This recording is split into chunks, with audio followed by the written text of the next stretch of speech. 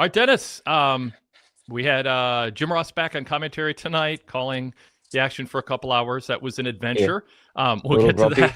grumpy. we'll get. Yeah, it was just a variety of reasons. Yeah, yeah. But he did call a spectacle of a main event. Oh, Predictably, he said Powerhouse Hobbs. He'll be shocked if he's not a world champion someday because that's Jim Ross's kind of wrestler. and I mean, it's cool that he's done that for Hobbs his whole career. Like yeah, he loves Hobbs. Yeah. yeah, yeah. But we had a very violent main event. My thoughts when it was over were kind of with Jim Ross, even though what Ross said was totally breaking from storyline cohesion when he was just sort of exasperated and said, "Can we end this already after Mm-hmm. Can we now get it over with already?" Ross said, because even he kind of, I think, got that 21 minutes of that level of endless brutality well past the 2 hour mark was Mm-hmm. excessive. And I know it's going to appeal to a segment of the fan base who just say, give me more, chair shots, cinder blocks, tables, whatever. But there's something about Swerve and Hangman. There's a pattern here. There's like nothing they do that they don't take to excess, especially when they're around each other. And I'm not trying to be negative on it. I'm just observing like that's a lot, and it's always a It lot with those was. two. I mean, hanging people by chains and being Mm-hmm. wrapped around in chains, and then the staple gun, just utter nonsense. I know crowds eat it up, so that seems to encourage it, but I think a lot of people aren't attending and aren't watching because that's stuff they roll their eyes at. So I don't know. I mean, I was kind of down on it. I think a curated version of it where you didn't have Hobbs no selling every 2 minutes a brutal Mm-hmm. move so that he could get a power move in, which is pretty much set. Unfortunately, most of what he does in the ring is just no sell Yep. something and then hit a power move. So I don't know. I thought the match played to some of AEW's weaknesses, including Tony Khan's tendency to just, go all out with violence that I feel is a magnitude or two or three more than is actually effective or efficient. But Dennis, that's a strong commentary to open for me. I don't want that to sway how you felt about it. We're here to hear your honest opinion too. I mean, I typically I'm a big Hangman and Swerve fan. I like the violent matches, but I do think 21 minutes on a Wednesday night going at 10, what was it, 10:15, 10:20 before it was over. Mm-hmm. It's a bit much. It's excessive. It's absolutely excessive. The cinder block, like why does that need to be done on television? Like I Yeah. don't see why someone would want to watch that like continuously. And again, being a Swerve and Hangman fan, like they do tend to go over the top and they don't need to. Like Yeah. they have the ability to draw an audience in a way that they don't always need to do that. But it just feels like they've been leaning on that recently. And man, when Swerve took that spine buster, no, I'm sorry, the big power slam Yeah. on the cinder blocks, my goodness. I was thinking he just got back. Dude Yeah. just got back. So Yep. what are we doing? Yeah, it was a bit much. And then yeah, Ross on commentary was great. He was over it by about 15 minutes. And yeah. So the last like 6 minutes was just him like, what are we doing? We're doing that now. And he just continuously went on the offensive about the apron. Like he definitely brought up them slamming each other on the apron several times tonight. It's interesting because for people who didn't see or didn't pick up on it, I know sometimes you're watching in groups or doing a double screen experience or whatever. He seemed to be confused or unaware that Hangman and Swerve were the baby faces by the end. He's like, can we get this over with already? They're strutting around, puffing their chests out. Yep, And yep. Excalibur, for like the seventh time in the show, had to sort of rescue the derailment that Ross was causing by steering the storyline back to the story they're telling, which is Hangman's trying to get revenge for what Hook and Hobbs did and that group to cost him his title. But there's a lesson there to be had for somebody who's watched as much as Jim Ross has and has the wisdom that he has. Even if he's not watching the product start to finish and is just older and doesn't have the fastball that he once had, if he's not watching start to finish every week. And obviously going through a lot of health issues, and I'm glad Well, glad. I mean, he's the guy who inducted me in the Pro Wrestling Hall of Fame at the National Wrestling amazing. Hall of Fame 11 years ago in Waterloo, Iowa, the Jim Belby That's Award for awesome. Excellence in Pro Wrestling Reporting. So, and some of my favorite conversations with him on and off record, I've probably have clocked more hours interviewing him than anyone. And we have a very similar philosophy on wrestling. So when he watches a product and he's not immersed in it and Hmm. isn't following talking points, you actually get kind of an honest reaction to the booking and the Yeah. matchmaking. And I think his gut told him this is a little much. Fan Right. Blessed in the chat, Dennis says, I'll recontextualize that. If you get stapled in the nuts and you keep going, you should be the multiverse champion, potentially the least realistic thing I've ever seen. I won't get into the places the staple might have landed that wouldn't hurt as much versus where it would. We'll just leave that to the side. But yes, it becomes a Looney Tunes cartoon. I remember as a kid thinking how unrealistic it was that, Roadrunner in the anvil, and then it would like, oh, he's fine after the commercial break. I'm like, literally as a 5-year-old, I'm like, they're not selling. They're no selling these. Yeah. I mean, I got it. It was a silly cartoon, but and they're actually in some ways, really timeless and great. But as a 5-year-old, you're perplexed. Why did he get hit by the anvil and then, he's back? But there is an aspect to that to this, and that's my point with this. And I think we heard Ross getting a little exasperated, and I was going to say he naturally got confused by the end who the heels were, because Hangman and Swerve, to his instincts, were acting heelish against Hook because they were being so excessive, and obviously he likes Hobbs too, so maybe that played into it. Probably. And I mean, and he's probably watched Hook grow up, right? So I mean, why would he want to root against the two of them? And then just how violent Hangman are, and then the way they stalk around the ring, they don't seem like baby faces. There's the one thing I do like about the pairing is the weird tension between the two of them, like the way that you catch them like kind of like staring at each other like they want to fight. I really do like that, the layering and that and things like that. So it's not all negative. It was a lot. I know when I looked at the time and it was after 10:15 or whatever, it was like, oh, we really have done this. Like we've gone 20 minutes of just cinder blocks and chair shots and baseball bats and not security guys, but essentially security guys coming out and getting beaten up in the ops dojo. But Yeah, and I think I saw Griff Garrison in there, didn't I? Like, he was the guy with the long hair, So the guy he used to be on TV all the time, and now nothing. I will say, yeah, exactly. I'm fine with lackeys for a heel getting beat up. Yeah, I mean, they're not hourly workers who are just doing their job, hired by management. That just makes no sense. So I'm glad that they have this, but it is like it was just I don't know. There are a lot of kind of tropes, but it was the excessiveness of it. It's sort of the enough is enough aspect to what they're doing, and this carries over to when you have this amount of violence, and then you have Jim Ross sort of calling it out. It to me was sort of reflective of some of the criticism we've had of MJF's promos, which, by the way, the last 2 weeks, I think he's corrected course and good. We'll get into that. But MJF just sometimes didn't know when enough was enough. And it's like, oh, I'm not only going to be a patronizing, condescending brat heel who you want to see get beat up, but I'm also going to try to have a zinger of a current events reference and a Don Rickles style insult. And then I'm going to try to trend with this and that. And it just got to be, it was a pizza with too many toppings. I mean, like, just like you can't taste anything anymore. And that's how Hangman is on his promos. It's like, I'm going to kill you. I'm going to end your career. And it's like, I'm going to beat you and you're going to be humiliated. Like there's lower levels you can go to that people relate to more.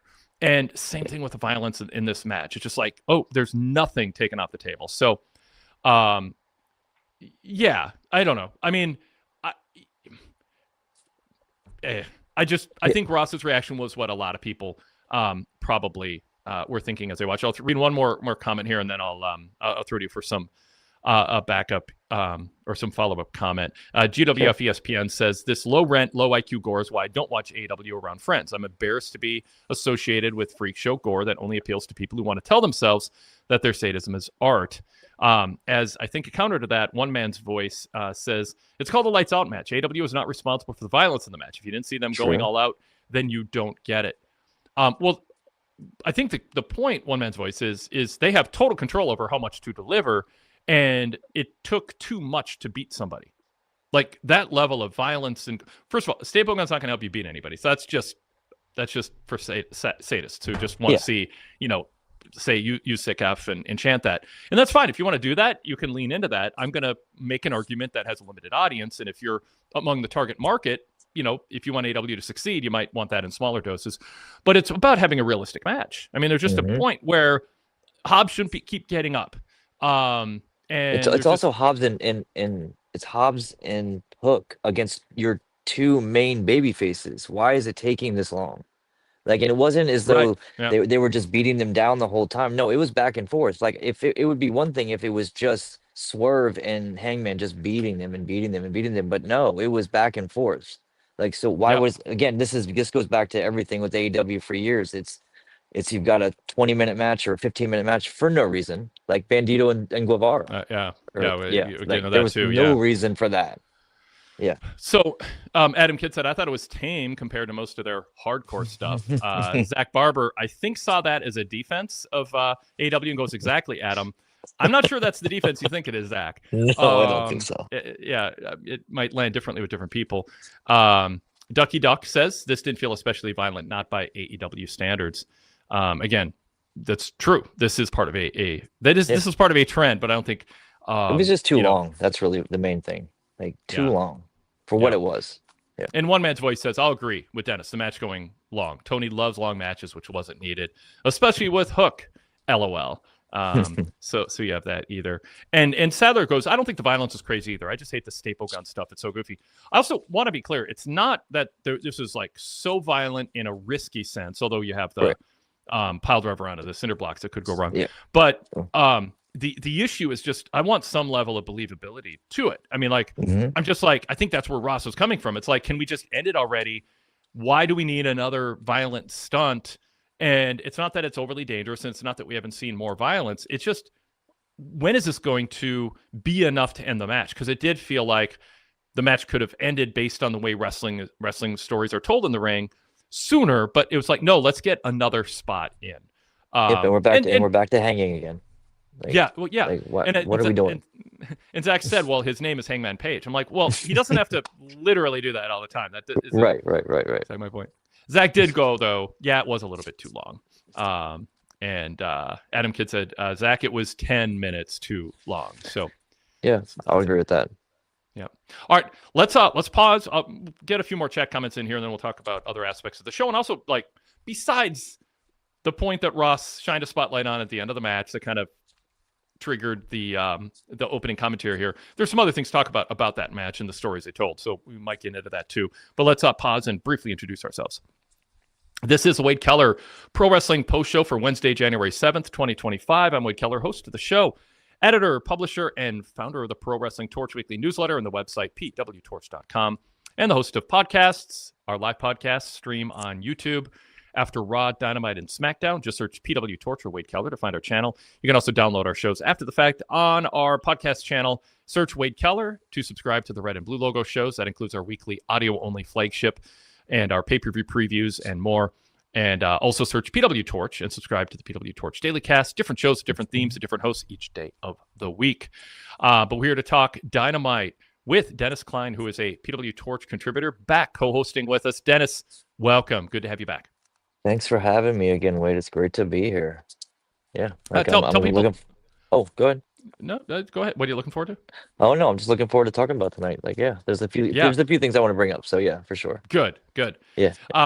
So tell people about your contributions to the website, how they can read what you have to say. Okay, so yeah, basically I do the AEW Rising and Fading Stars every week, maybe every 2 weeks, every once in a while. But yeah, it's just trying to shine a spotlight on who I think is doing really well on the TV show, and maybe who I think is not doing the greatest, but always with a positive spin. You know, always try to be positive with, especially the fading stars of the week. But this past week was an all Willow Nightingale edition. So yeah, I feel like she deserves it. You're beating Mercedes Moné. Like, come on, you get the whole column. Yep. Yeah. All right. So cool. So check out pwtorch.com. Just a playground, a wide array of columns with thoughtful analysis of wrestling with a wide array of perspectives and people coming from different areas of what they love about professional wrestling and writing about it in a long-established PW Torch style, which is going to be honest and forthcoming, but also fair-minded. All right. So if you want to be part of the show, you can be part of our live chat live on the PW Torch YouTube channel. You can also email us at wadekellerpostshow.com, and you can also be a live caller. You can find a link to be a caller in my TV reports at PW Torch. All right, so let's talk about Jim Ross a little bit more because the chat's having a few things to say about it. We'll bring up Fan Blast, who goes, I don't know if Jim Ross is trying to undermine the product, but I sure enjoy it. It's like he's constantly saying, I'll gladly take your money to do it. I'll gladly take your money to do this, the commentary, but I don't respect any of it. All right. GWF ESPN says the long-form livecast interviews from Fridays with Jim Ross and Wade are a real highlight in the VIP archives. I used to have the best time listening to them on Fridays after work. That's awesome. Nice. Thank you. Mark Piscetti said Jim Ross felt disconnected from the talent. Let's get the right one up here. Ross felt disconnected from the talent and product throughout the whole show. It bothered me at first, but then it honestly felt refreshing. And I get that arc of emotions that he had over the course of the show. It might be confusing to some people. There's something about somebody who's seen as much as Jim Ross calling a show sort of with a fresh perspective. He's not, I don't think he feels, it's been pretty clear from the beginning, he doesn't feel obligated to toe the company line. And then he's not immersed in the product anymore. So like he just kind of came in and just was like, well, what he liked, he said he liked, and what he didn't like, you heard that from him. Yeah. So, Yep. Ducky Duck said Ross is a net negative at this point. His commentary was worse than any wrestling or booking on the show. I'm happy he's feeling better, but he should go home and be a family man. And I'm not going to push back on that either. I can understand somebody going, you know what? I'm enjoying this product. And if it has flaws, I do not want a commentator while I'm enjoying the show pointing out legitimate and sometimes flaws that, things that aren't flaws that I just screw Jim Ross on. He's there to enhance the product, not be a podcaster critiquing it. And that's our job here on the Wade Keller Wrestling Post Show. We don't work for them. They put the product out there, and we do not have to like what they put out there. We're not obligated to serve them with praise, but we dish it out when they deserve it, and we dish out criticism when we think it's called for, and we don't always agree on what deserves praise and doesn't. That's why I have a wide array of contributors and analysts here to give different perspectives. Right. But yeah, I mean, I can understand somebody going, Ross might even be right on some points, but I don't want to hear it while I'm trying to enjoy the show. And that's why he probably won't be asked back every week, even if he was. I would assume that as well. Yeah, he'll be back. He'll be back for a couple of big matches here and there, just if he's feeling up to it. But it's got to be someone that he's engaged with. So I could see Kenny Omega and MJF whenever that happens. For instance, like he would love to call that, I'm sure. Yeah, just make sure he knows who the heel and babyface are, despite whatever they're doing. This is true.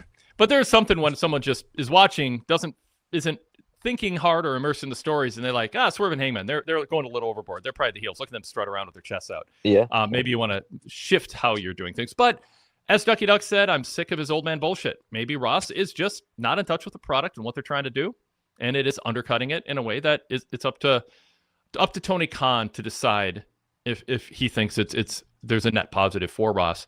Adam Kidd said he has not been good for a decade. Yeah. So anyway, those are the comments on. Well, here's another one. Pickens 612 says part of JR's contract for tonight was a DQ for ref interference in the women's match. The Death Riders were well overdue for a DQ. And Derek Mitchell says it's a super chat. Thank you, Derek, for that very much. Tony Schiavone is 68 and Jim Ross is 74. They are older today than the Jim Crockett Promotions commentary team of Bob Caudle, who is 55. And Johnny Weaver, who is 50 back in 1985. That's really weird to me that Caudle was 20 years younger almost than Jim Ross, and Johnny Weaver was 18 years younger than Schiavone. That's crazy. I would flip the ages in well, I don't know if I'd flip them, but I'm surprised by that.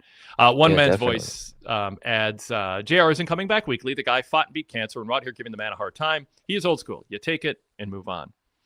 Derek Mitchell says Jim Ross sounded like Chris Paul and the LA Clippers pointing out their flaws, and the Clippers sent Paul home during his retirement season. All right. So here's the thing. I'm happy to see Ross is on his feet. I'm happy I'm happy he has the endurance to spend 2 hours calling wrestling matches. Yes. There are positives, as I said, to him giving an honest Jim Ross reaction to what he's watching. There's something unfiltered. There's something sort of grumpy and unfiltered about him that most of the time I'm nodding along with going, I agree with you, but I'm not sure this is the forum to express it. I don't know if it's helping the viewing experience to let every thought and opinion he has on the broadcast, getting paid by the company, to express it. But maybe some people find it charming or novel. Dennis? Yeah, no, I mean, I found it kind of amusing, but again, it's not something you're going to have every week. And he has gone through so much. It was great to see him back. They kept calling him, I think it was the voice of professional wrestling. Like he really is for like a couple of generations now. Like he's the guy I mean, I most closely associate with wrestling, just being growing up as an NWA and WCW fan, like first before he moved over there. So yeah, he's been around for a long, long time. So it was great to see him. Just, he's probably not going to call matches every week. No, no, definitely not. Yeah. All right, so there's been some comments in the chat too about just the overall quality of the show. Adam Kidd called it, for instance, a decent show, but Yeah, it added was it solid. was, yeah, but he added it was all over the place, not great, but not bad. Um, Dennis, what did you think of the overall show relative to other Dynamites? So, I mean, I thought that this one it felt a little clunky. I totally agree with that. It felt like it didn't flow properly, but there were really good parts. Like a weird clunky part was debuting. Is it what are they calling him? Jake Doyle. It was Jake Mm-hmm. something in Jake something TNA. in it back, yeah. Like, and just randomly, he's just in the backstage. Like, so that like that was a little clunky. But then the whole match that followed after that with Ricochet and the Demand against Perry and the Bucks was amazing. Like I thought that was really fun. It's just, I mean, I like PWG style kind of those types of six-man matches. I think they're really fun, and the crowd was really ate it up. It felt like that was what they came the most alive for the entire night was that match. So, but it definitely felt up and down because you had Willow who. If you read my column, one thing I do say she needs to work on is her mic work, and Mm-hmm. it was a little Willowish. Like it was good. It was fun, but she's Elaborate what very willowness charming. is. Well, it's just it's awkward. She's very awkward, and I think that's part of her charm is that she is awkward, and I think that a lot of people just gravitate to that because I'm an awkward person. Like I completely understand it. So I really think that it's the awkwardness. It's her goofiness, and she seems like a very very genuine person, and I think that that comes across on television, and that's Willowish. But she definitely struggled a couple of times. You could tell she stumbled across a few lines, but she she did well. And then I really found what Mercedes did was just great. Like Mercedes being unhinged is really funny, and the fact that she put herself into the cake rather than somebody doing it, I thought was a fun little twist on a trope that they've done for years, which is somebody getting slammed in the cake or putting their face in the cake. So yeah, I thought those M- were up and down. And then we've already talked about the main event, and then if you wanted to get into Sammy versus Bandito. Well, let's not hit every topic in a 3 minute span, or we'll have to Yeah, end yeah, early. of And course, of course. I want to hit each of the things you brought up and spend a few minutes on them, given their due time. Yeah. So kind of pick one thing at a time, and I'll stick with the Willow thing here for a second. With Willow, her promo style is a little bit like I said about Shane McMahon. He came across like he was scolding third graders for not playing soccer properly. Hmm. Like running the wrong way on the field or not getting up when they fell down. Like there's sort of this, she's talking to kids who were naughty. And once you kind of look at it that way, like she's not being mean, but there's No. just something about how she explains how you're not supposed to finger paint the TV screen when I go to the kitchen. And I don't know, I don't know that that's charming. I get her, there's an enthusiasm that she has. So there's Hmm. certainly positives, but there's the let me explain to you why we do not feed the cat dog food. Like I don't know, like she seems like a kindergarten teacher telling kids what they're doing wrong. And I said the same thing about Shane McMahon back in the day. It's like a little bit of that. I don't know. I say a little bit of that goes a long way, but don't do that. Like focus on other things. Yeah. So I don't like that. Another thing I didn't like is everybody in that ring had one or two belts. Like it was just, or in Mercedes' Yeah. case, she didn't bring them with her. The first part of the show, Thankfully. Dennis, almost everybody had a belt, and it is Hmm. almost a parody in Hmm. of things. I mean, why do we care about Jon Moxley's belt? Why do we care about Willow winning a belt when she has two and everyone else in the ring has one and Mercedes has a handful? And then, so I mean, that's a weekly criticism, but it really Absolutely. struck me tonight, like in that first hour. It was just a lot. Yeah. And she called herself Willow Two Belts. So if she's gonna start picking up the belts thing, it is a little rehashing of Monet again. But I do like Or Willow though. Becky Like Lynch. or Becky Lynch, of course. That's where Yeah. it was. Yeah, Becky 2 belts. Yeah. Okay, yeah, that sounds more like it. But yeah, like Yeah. I don't know. I do like Willow. I do think she is charming. So I do think that a lot of people like her for that reason. It's her. It's just how, I don't know, just normal at times she seems in a world full of craziness. Like, just kind of like that's how she comes across as me to me, is like she just comes across kind of like a normal person in the wrestling in the wrestling industry, when you have people like Sammy Guevara, who looks Yeah. like a 20s villain right now. Yes. Yes. Totally. Totally. Derek Mitchell points out the belts on the show.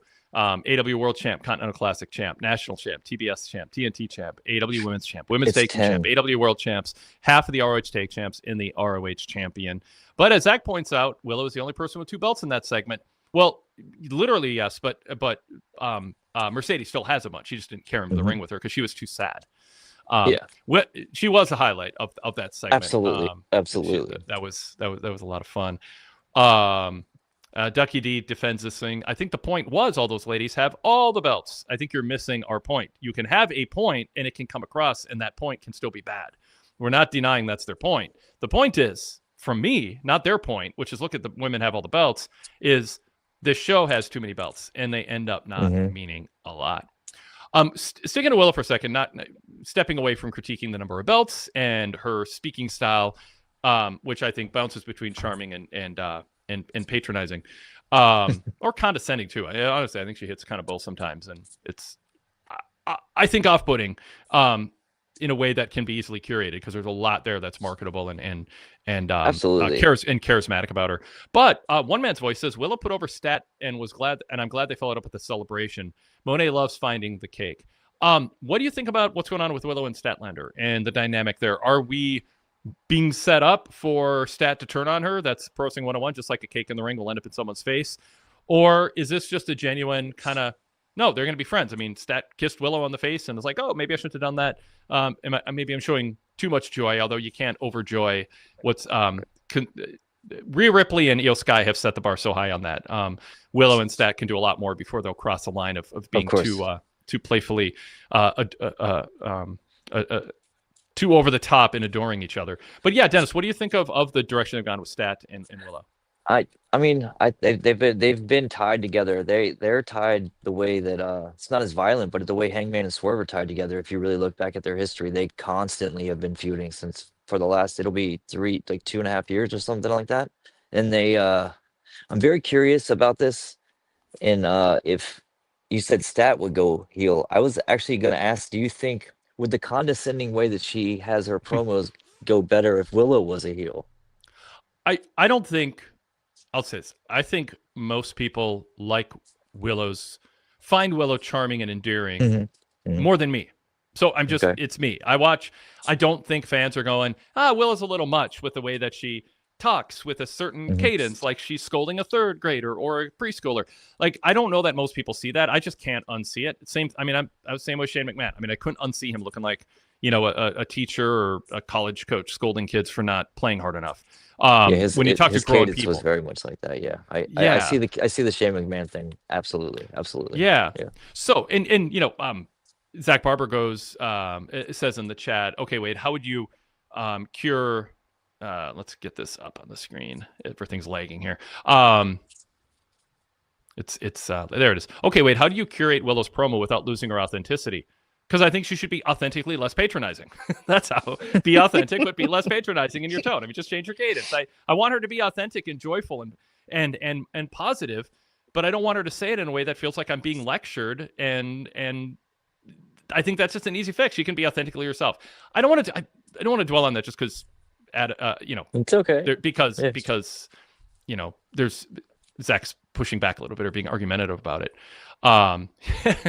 Zach says so much for. Oh, hold on. Zach says so much for Minnesota Nice. All right, there we go. Nice. Sorry, Dennis. I want to get a reinforcement for me in here. Sadler goes, I agree with Wade on Willow. I've said in the past she has a teacher's pet hall monitor energy. A teacher's pet or hall monitor energy. I think that's another good way to put it. But I'm kind of with Fan Blast to your question, Dennis. I want to full circle back to this. A Willow heel turn would be the most misguided thing possible. She's pure joy.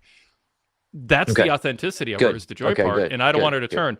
I don't know Okay. that I want Stat to turn because I don't know if I want more turn energy put into her. There's just too many turns in No. AEW. So move her into the background because she's not charismatic enough to be a top, 8 person in terms of TV time. Unfortunately, in wrestling, she should be a quiet person in a tag team with somebody who can do all the talking and character work, Mhm. and let her just be half of a good tag team. That's kind of where I think she should probably land at this point. Well, I mean, it's why really she should be with Harley, and Willow should probably be AEW World Champion. Like it would make it would make more sense in that manner. But I get what they were trying with Statlander. It's good to try, but hey man, I don't think it's working. She can go in the ring. It's really like she's really like really good in the ring, but there's no character development. It feels like, well, it doesn't even feel like we have gone back to 2019 with her. Like she's Yeah, the alien again. So we've regressed. We kind haven't of. even, Yeah, yeah. We I haven't mean, really like, done anything. Yeah, I don't know. I don't like it. yeah, they do the alien thing, but it's not even all in. Like, you can tell No, they're sort of no. like half-hearted about it. Like, do we Hmm. want to go this route? Do we even know what it is? Yeah.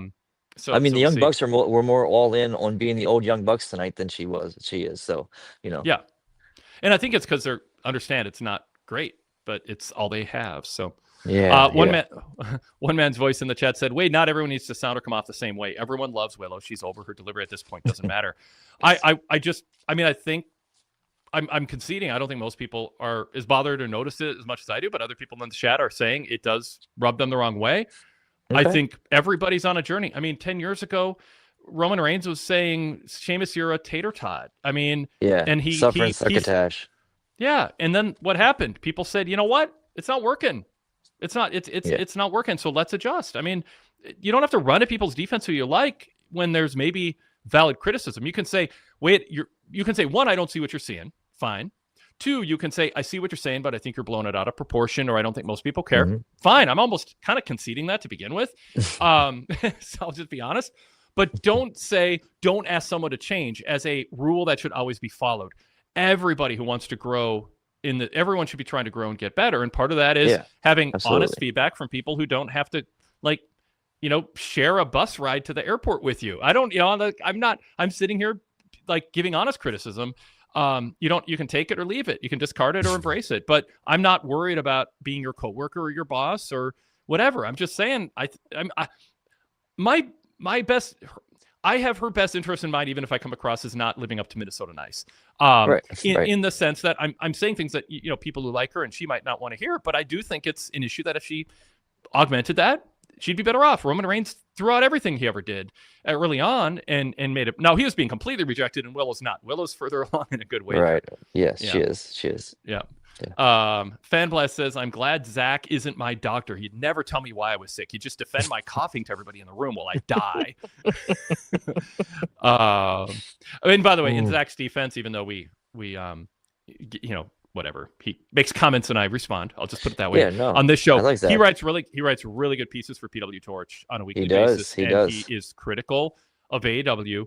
Mhm. He is a infuriatingly blind defender of all of AEW's faults in the chat. I'm overstating that a little bit, only a little, but he's actually much more objective when he sits down and thinks through his comments and writes them down. So, and he's a good writer. Yeah, I've been on Zach's side in the comments, so yeah, it's okay. I understand. I like Zach a lot. Yeah, yeah. Yep, I do too. Derek says, "Wade, you're not alone. Not everyone likes Willow." He adds, "Yes, Willow does have a teacher telling kids to stop running in the hallway vibe. She looks to be an incredibly nice person, but very condescending and off-putting." But Derek doesn't like AEW though, so like we know this, right? Like, you know what though? If you can not like we've had AEW, and conversations. here's the thing: you can come in and think he's always critical of AEW. I still want to judge each comment he makes. Yeah, on the merits of the absolutely. comment, No, on the they're not merits. bad they're not bad Yeah. comments. I just know that Yeah. I'm pretty sure that he's not really an AEW fan, so which is fine. Well, It's fine. maybe It's okay. maybe if Willow adjusted her promos a little to his liking, Oh, he would be. maybe Maybe it's that's a all it little less takes. violent too. Yeah. GWF ESPN says Willow reminds me of a children's YouTube creator on promos. We've There's just a wide array derailed of into YouTube. you and poor Willow. Poor Willow. Okay, one man's voice says 99.9% of the world loves Willow. I don't not love Willow. I don't love Willow. It's not my job to love or not love her. I'm just saying I think there's a little bit of her promo and in style, maybe. Yeah, whatever. Yeah. All right, let's move on. Oh God, Pickens is jumping in. I gotta. Now he says this is fun. Willow megalomaniac parent teacher council board member question mark.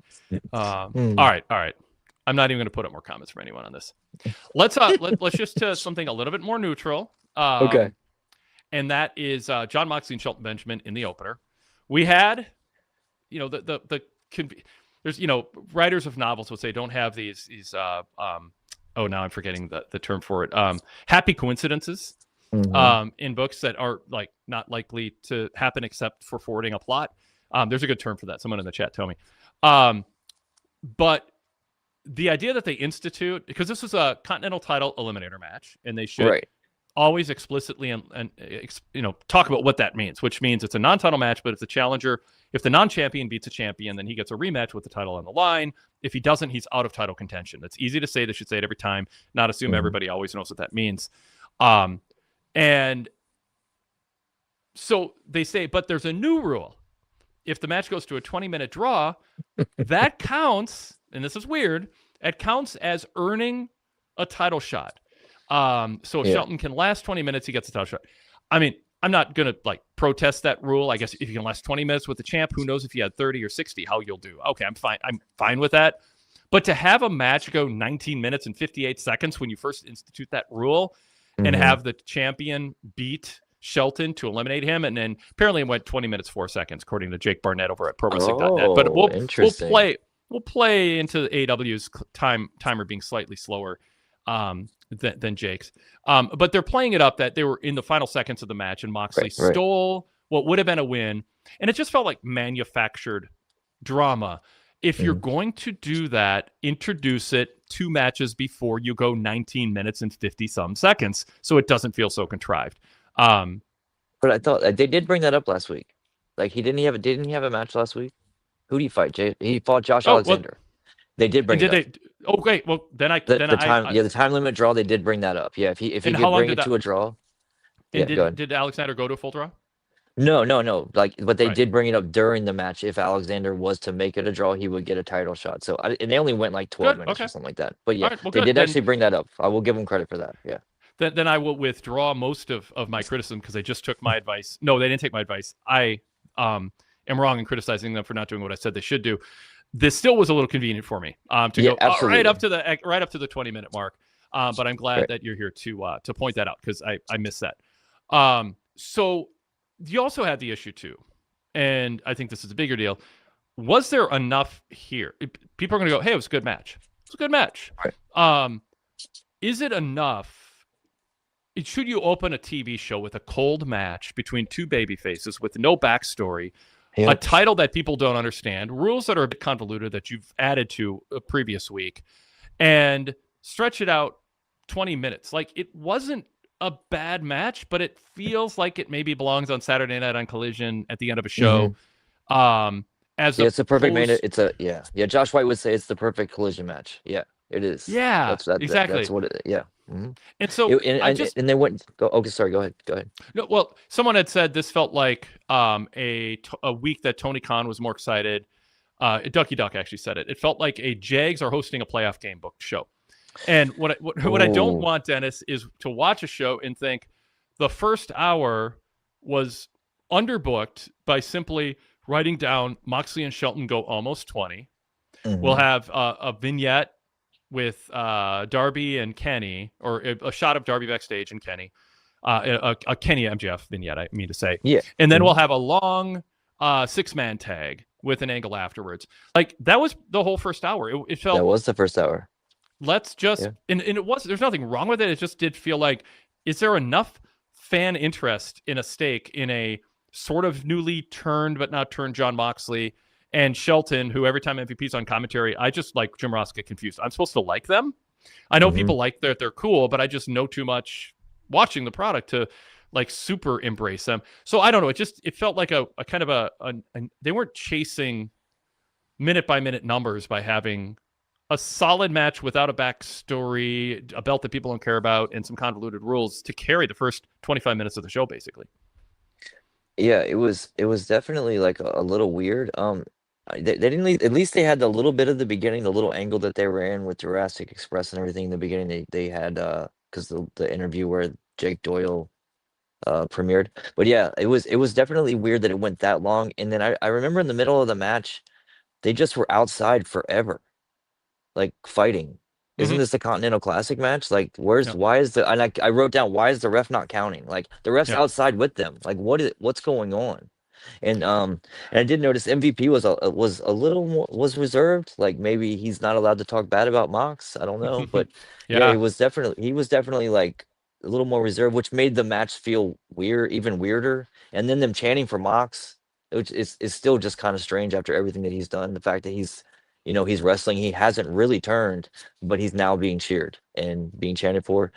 And then again, the match was good, but I also was thinking like you guys have been having the conversation about the WWE, like how much older everyone is there. How like you got Mox who's 40, 38, 39, and then Shelton is my age, a little bit older. And yeah, it's a bit much to be wanting that for 20 minutes to hold the AEW audience's attention, which I think once you went to the six-man match, you saw how much more engaged the crowd was with that match over the Mox match. Yeah. I mean, you can get away with having a 20-minute match if people are invested in the outcome and are Mm-hmm. rooting for someone to Mm-hmm. win.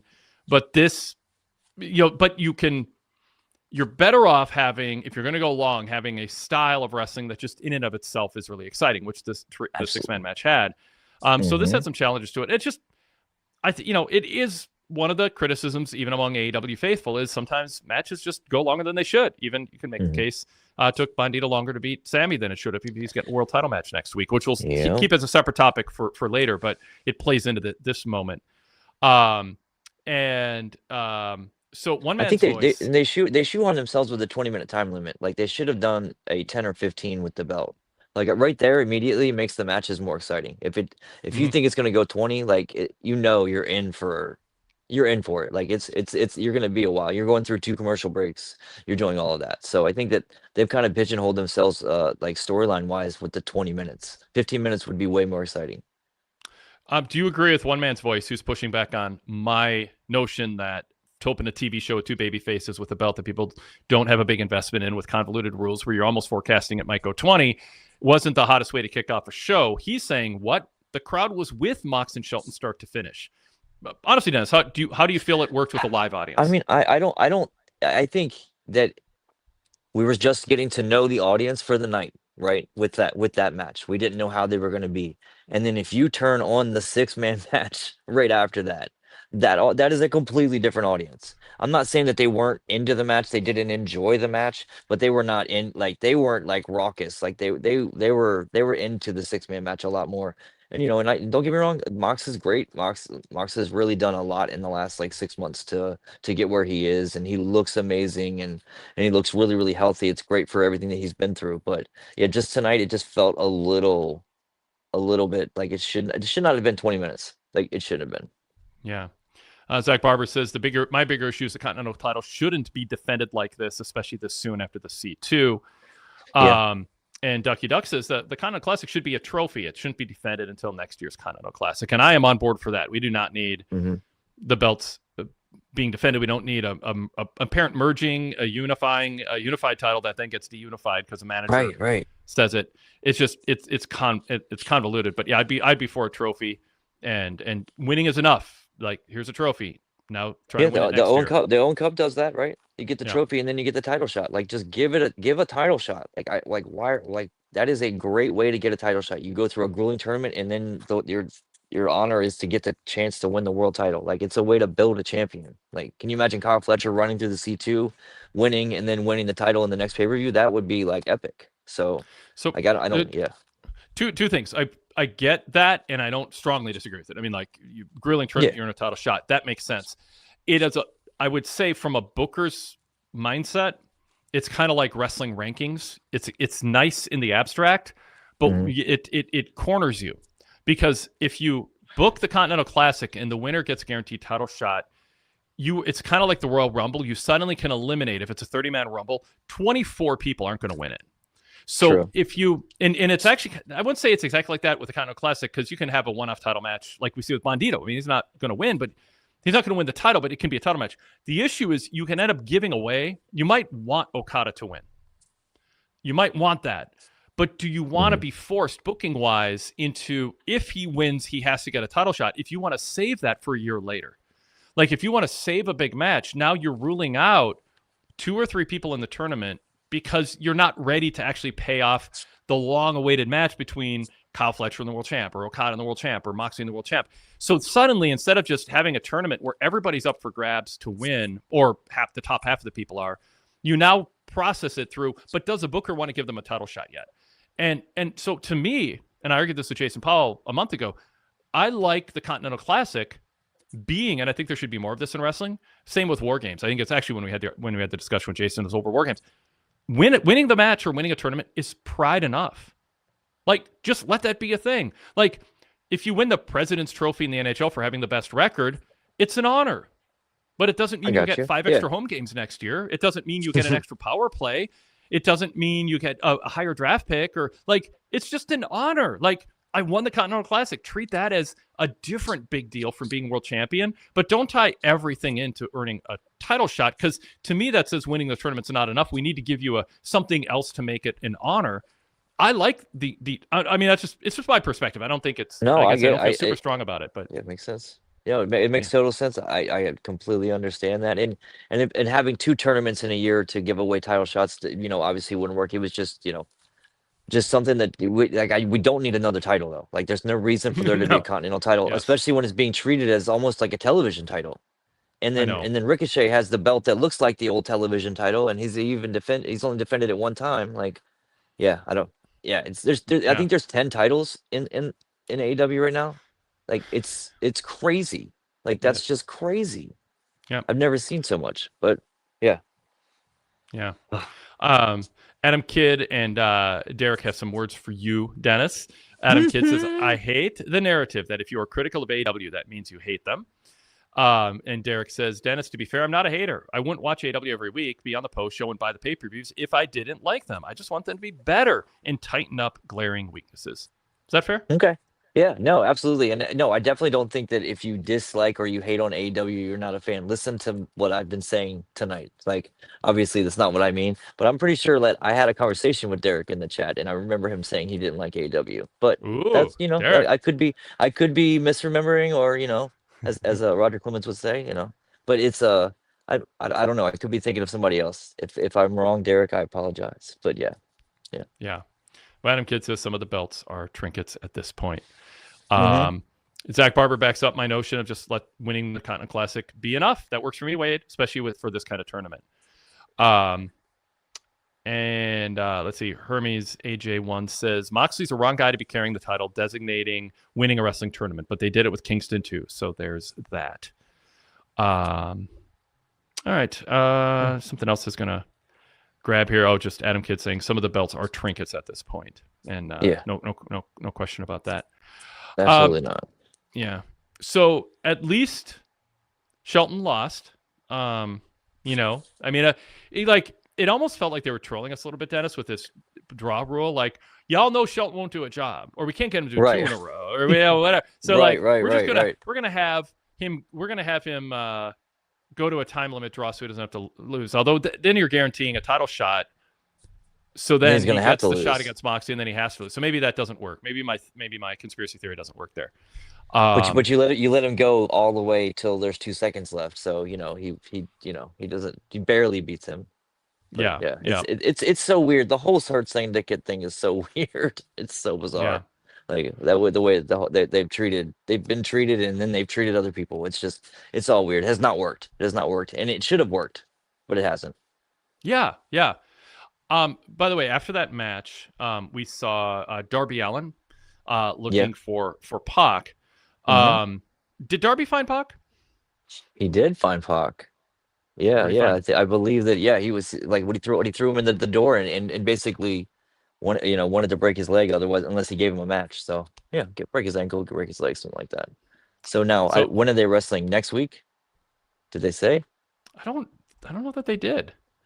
Yeah, I mean, they definitely took the match because Darby ran out, and the Death Riders went after him, right?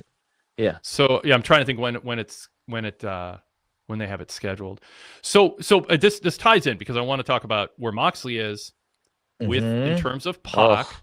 and Yeah. then you have Claudio and Garcia and Wheeler Yuta also showing up. There's this weird, all these kind of separate chapters going on Yep. with the Death Riders, and I don't think a ton of like cogent conversation about like where they are right now, because I think there was a delay because of Darby's being sidelined with Yeah. concussion syndromes. I believe it kind of delayed some things, and I think with the Darby Pac match next, I think it is they didn't. I don't think they emphasized it this week, but they announced it last week for next week, if I'm right, if I got my dates right. And I went over a whole scenario last week where how I think this will play out. And because obviously Darby and Moxley have a bond. Yes. And Pac's going to go too far with Darby, one way or the other, during the match, after the match, whatever. And Mox will come out. There'll be a will he or won't he moment, and Mox will side with Darby. And then the Death Riders, remaining Death Riders have to choose sides. And that's why I think they're kind of sort of hovering in a zone of not talking a lot about what's going on with them right now. But you can't ignore that that Moxley's getting cheered. If you're you can if you're the commentators, but a viewer at home can't not notice. So it is weird to have the Death Riders in this kind of in-between zone where they're just kind of filling time, but they're a big part of it. If you can't lean in on it, it's a weird time to have them on the show like this. No, and I mean the commentators have mentioned how Mox has been cheered, but then the Death Riders, the last time when they came out, they ran back the pay-per-view match, the 6-man pay-per-view match. They were definitely heels. And tonight it felt like they were definitely being heelish. Marina Shafir did not come off anything like a babyface in that match with Toni Storm, like at all. And I mean, she's great. Like I think she is having the most fun probably in her entire wrestling career. Like I would assume. But it's yeah, I'm curious what happens, and I just still think Pac's gonna end up being the leader, and I just think that's the easiest way to go, as long as he's not injured and all his visa issues go. But I like the idea, the scenario. I think I listened to that podcast when you talked about that, the scenario of Pac pretty much going too far with Darby. It makes sense. It makes complete sense. Like it's a way to then Mox is finally a face, and I also thought. You didn't see Mox with Shafir, and she wasn't with him tonight, right? Oh, that's a good point. Yeah. Yeah, like that's the first Yeah. time like that they've been on television, both on television and not together, like the whole night. Interesting. Like, Yeah, I wasn't thinking of that, but yeah, obviously so. Yeah, that is. So They've been so I'm together very every curious. time. Yeah, every time she's been with him forever. I remember, because I still remember the conversation, the interview he gave years ago, talking about seeing her in Bloodsport and wanting to do something with her. And this would have been, probably 3, 4, 5 years ago at this point. So yeah, it's weird to see them not together now. Yeah, Yeah, yeah. we'll see. And it has to be with the Death Riders' involvement in that in the post-match happenings. That is probably, they just didn't want Mox to be in that context. Exactly. Acting in a way that doesn't fit where they want to go starting next week. Yeah. Okay, so you have talked about the 6-man tag. We had this kind of weird backstage beating thing where Speedball and Kevin Knight won't be able to wrestle because it's a mystery attacker, which led to Jake something and Mark Davis being introduced by Don Callis, who's very excited about this. Of course. And acted like everybody know who Jake something is, the way he introduced him. Which is a little weird, but that's very AEW of them.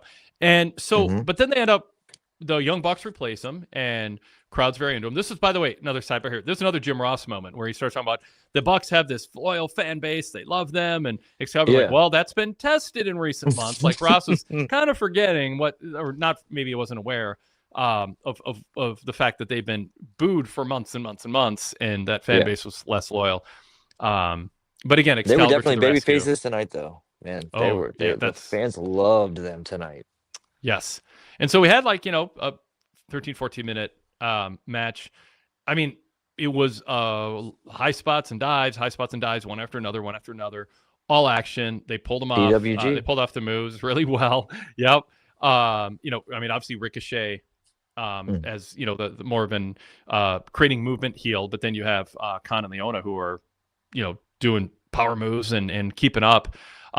So, I think probably would you say most people would choose that for best match of the night? I would think so. It definitely was the most fun, and like I was just watching like Ricochet bump for everyone, and my lord, that like he makes everything everyone does look vicious. Like it's amazing to really watch. Like his stuff kind of looks a little light at times, but like when he's getting hit or pulling like being like trying to get dropped on his back or whatever, like it looks amazing.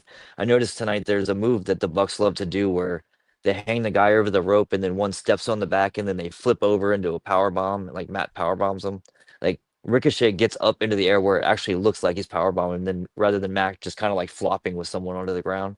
So yeah, no, I thought that was really good, and I've been a big fan of Bishop Khan for years. He actually trained at like the local Maryland Championship Wrestling here. So I've seen him for years. Like and it's really cool to finally see him catch on because he's been around. This is his like I think second big tag team that he's worked alongside because he was with Shane Taylor Promotions before this, and things like that. But yeah, it was very very PWG style, and then the aftermath, and we get to see who finally can be on AEW television Yes. after the match. Like I mean, yeah.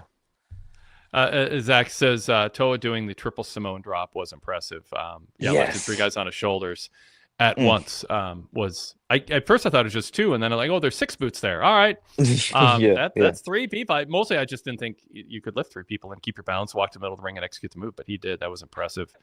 Well, I mean, one of them was Jungle Boy, and even though they say he weighed 195 pounds, if that dude weighs more than 140, I'd be really surprised. So, yeah. he's a little going small, on, but Greg Gagne was always introduced at 210, and he was, 160. So I can go back 40 years and pull out exaggerated weights. It's a little silly. Absolutely. Even Hogan at one point was like 330. They were introducing us at like 330, and then he's dipped all the way to 275 at one point. Yeah. I used to love all those magazines, man. You see everybody's weight, and it's just ballooned out to nowhere. Yeah. Not many places overweight. By the way, another Jim Rossism. Speaking of weight, he said, what move was it? Where he pointed out that there's a bunch of fat guys at home saying, you'll learn how to fall. Oh, it was a table spot in the main event. It was the table spot when Hook put Hangman through the table with the you got it. Yep. Yeah. I was leaning in the corner, and Ross goes, and the fat guys at home who say they know how to fall. It's like what? I know. Like Jim Ross gave very entertaining introductory speeches at the Hall of Fame ceremonies when he hosted them at the National Wrestling Hall of Fame annually for a few years. And one of them, he came out and he's like, "Hey, everyone." And you sometimes, I've always said, Jim Ross, sometimes you just get grumpy Jim Ross, and it takes a while to warm up. I've never called Jim Ross on the phone and felt like I wasn't waking him up at 3 a.m. and he was going to be mad at me forever. But about a half hour later, he had very enthusiastically talked, and you couldn't get him off the phone. And so Grumpy Jim Ross shows up. I got Jumping Jim Brunzell in my mind now, talking about the AWAers and Greg Gagne's old partner. So Grumpy Jim Ross shows up, and he's talking about all the highway patrolmen slowing him down on his ride from the airport in Illinois on his drive to Iowa. And he gave like a 10-minute complaint about, why can't we speed? There's no other cars around. All of that. Lord. So I'm just saying, this isn't exclusively for Dynamite viewers that you get to hear Grumpy Jim Ross complain about whatever. But I get a kick out of it, but I mean, objectively speaking, it's not good for the product to go, and the fat guys at home who say they know how to fall. First of all, Jim, you were not Jack Perry physique-wise your whole life. But I mean, I guess it takes one to credibly call out the others, I guess, or to do so without seeming as mean. But it was a weird thing to say to your fan base, and weird thing to just point out when people know the game. I mean, I don't know. Yeah. No, I agree. That was really funny, but Grumpy Jim Ross, man, you gotta love it. He's the same way. Like he used to be years ago. I don't listen to his podcast anymore, but he was always a little cantankerous to that man. Always cantankerous, exactly. So anyway, reeling things back in, we do have a Department of Corrections, which I always appreciate because I'm going to get stuff wrong. I talk enough, it's going to happen. Okay. Dennis, even you got this wrong. Apparently, we missed it. Pickens says Marina was with Mox backstage before Mox's intro. Okay. So She it was was there. I okay. don't remember that, but that Okay. doesn't, obviously I'm taking Pickens would just make it up. So I missed that, but Yeah. that is normal, to not have people at ringside Yeah. for Yeah. your Yeah. match. I just What didn't what even see made the me beginning. So yeah. what made me think he wasn't with her is, one, it makes sense if you're trying to keep all the Death Riders apart, and he didn't come out, unless I missed it, with Claudio and Garcia and Yuta. And so it felt like they're keeping them apart. But if he's with, I mean, it doesn't matter that much to the Right. point being made. But I think they generally are trying to keep them apart and save the moment till later. But I do want to be accurate if we can, and that's why it's good to have a chat here. And she's also one of the, if any of them are going to go with him, it's possible she would, like, that she would, Oh, I like, know. I'd say, That's true. yeah, Yep. she's the one that's been with him. So like, you could see her going with him in the end. So, but Yep. yeah, I just missed that. I didn't see her, but yeah, because she's usually there, slapping him in the face before his match or whatever, which just seems ridiculous. Fan Blast says, I really hope they don't do one of those typical swerves and just have the Death Riders jump Moxley. I want to see Pac and Mox have a dueling philosophies for the soul of the group. What you don't want is it when you have someone who's a heel and then the heels dump him and that makes him a babyface like Seth Rollins and the Authority. It can destroy a babyface or undercut them, give them a needless headwind. In this case, Moxley's already turned, and I think this can be an exception to that, because the fans like Moxley. He's not pathetically being dumped by the group, so he's groveling to the fans for support because his thug friends dumped him. In this case, it would be he evolved. They didn't evolve with him. They were disloyal. But the fans already liked Moxley. I think they can get away with it in this way. And so do you think the turn should just be that? I mean, I think the mystery of who sides with him, they can play up for a minute or even a few weeks if they want to take their time with it. Well, yeah, no, and I think in this sense, you're not just gonna have them attack Mox. You're gonna have Mox come to save Darby, right? Like that's like kind of what you're thinking is, yeah, exactly. They're beating Darby down, and Mox is saving Darby, so he's going to attack them, which then in turn they're going to attack him back. Like, and then you get your You can have a Bobby Heenan moment where someone on commentary goes, "Whose side is Mox on?" Oh Lord. But that's actually what I thought of. I thought of the NWO immediately when he said, you want to have a war for the NWO. I feel like that they did that within the NWO, and I don't think that story worked all that well. I mean, because that's end up how you got the Wolfpack in the end, right? Mm-hmm. I think so. Yeah, we're gonna have a Wolfpack Death Riders, or we're gonna have 18 shoot-offs like they did with the Bullet Club. No, we don't need that. Oh God, there's a sign like R.I.P. Bullet Club. I saw that. Did you see the other one that got taken right after that during the MJF segment? No, what was that? Oh Jesus! It said MJF blows goats. I have proof. Oh wow. Okay. And the guy came over and just snatched it right away and it was gone. I was like, oh, okay, that's good. That's good. All right. So Adam Kidd says, I love this. Have a Wheeler Yuta on a pole match for control of the Death Riders. I'm all for that one. Talking about that is some late stage WCW right there. Yes. We've had some person on a pole matches on TNT or TBS. I'm sure of it. I think her name was Judy Bagwell.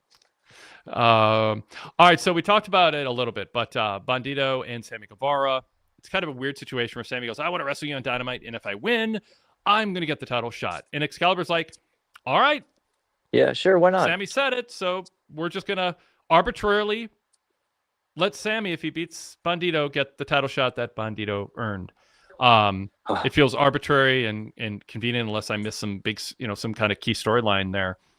No, you didn't. Yeah. So I thought what I would like Excalibur to say there is Sammy Guevara is going to try to beat Bandito, and if he weakens him, it'll hurt Bandito's chances against Moxley next week. Maybe it was bad for Bandito to accept Guevara's hot-headed challenge where he had everything to gain and nothing to lose. Bandito has everything to lose.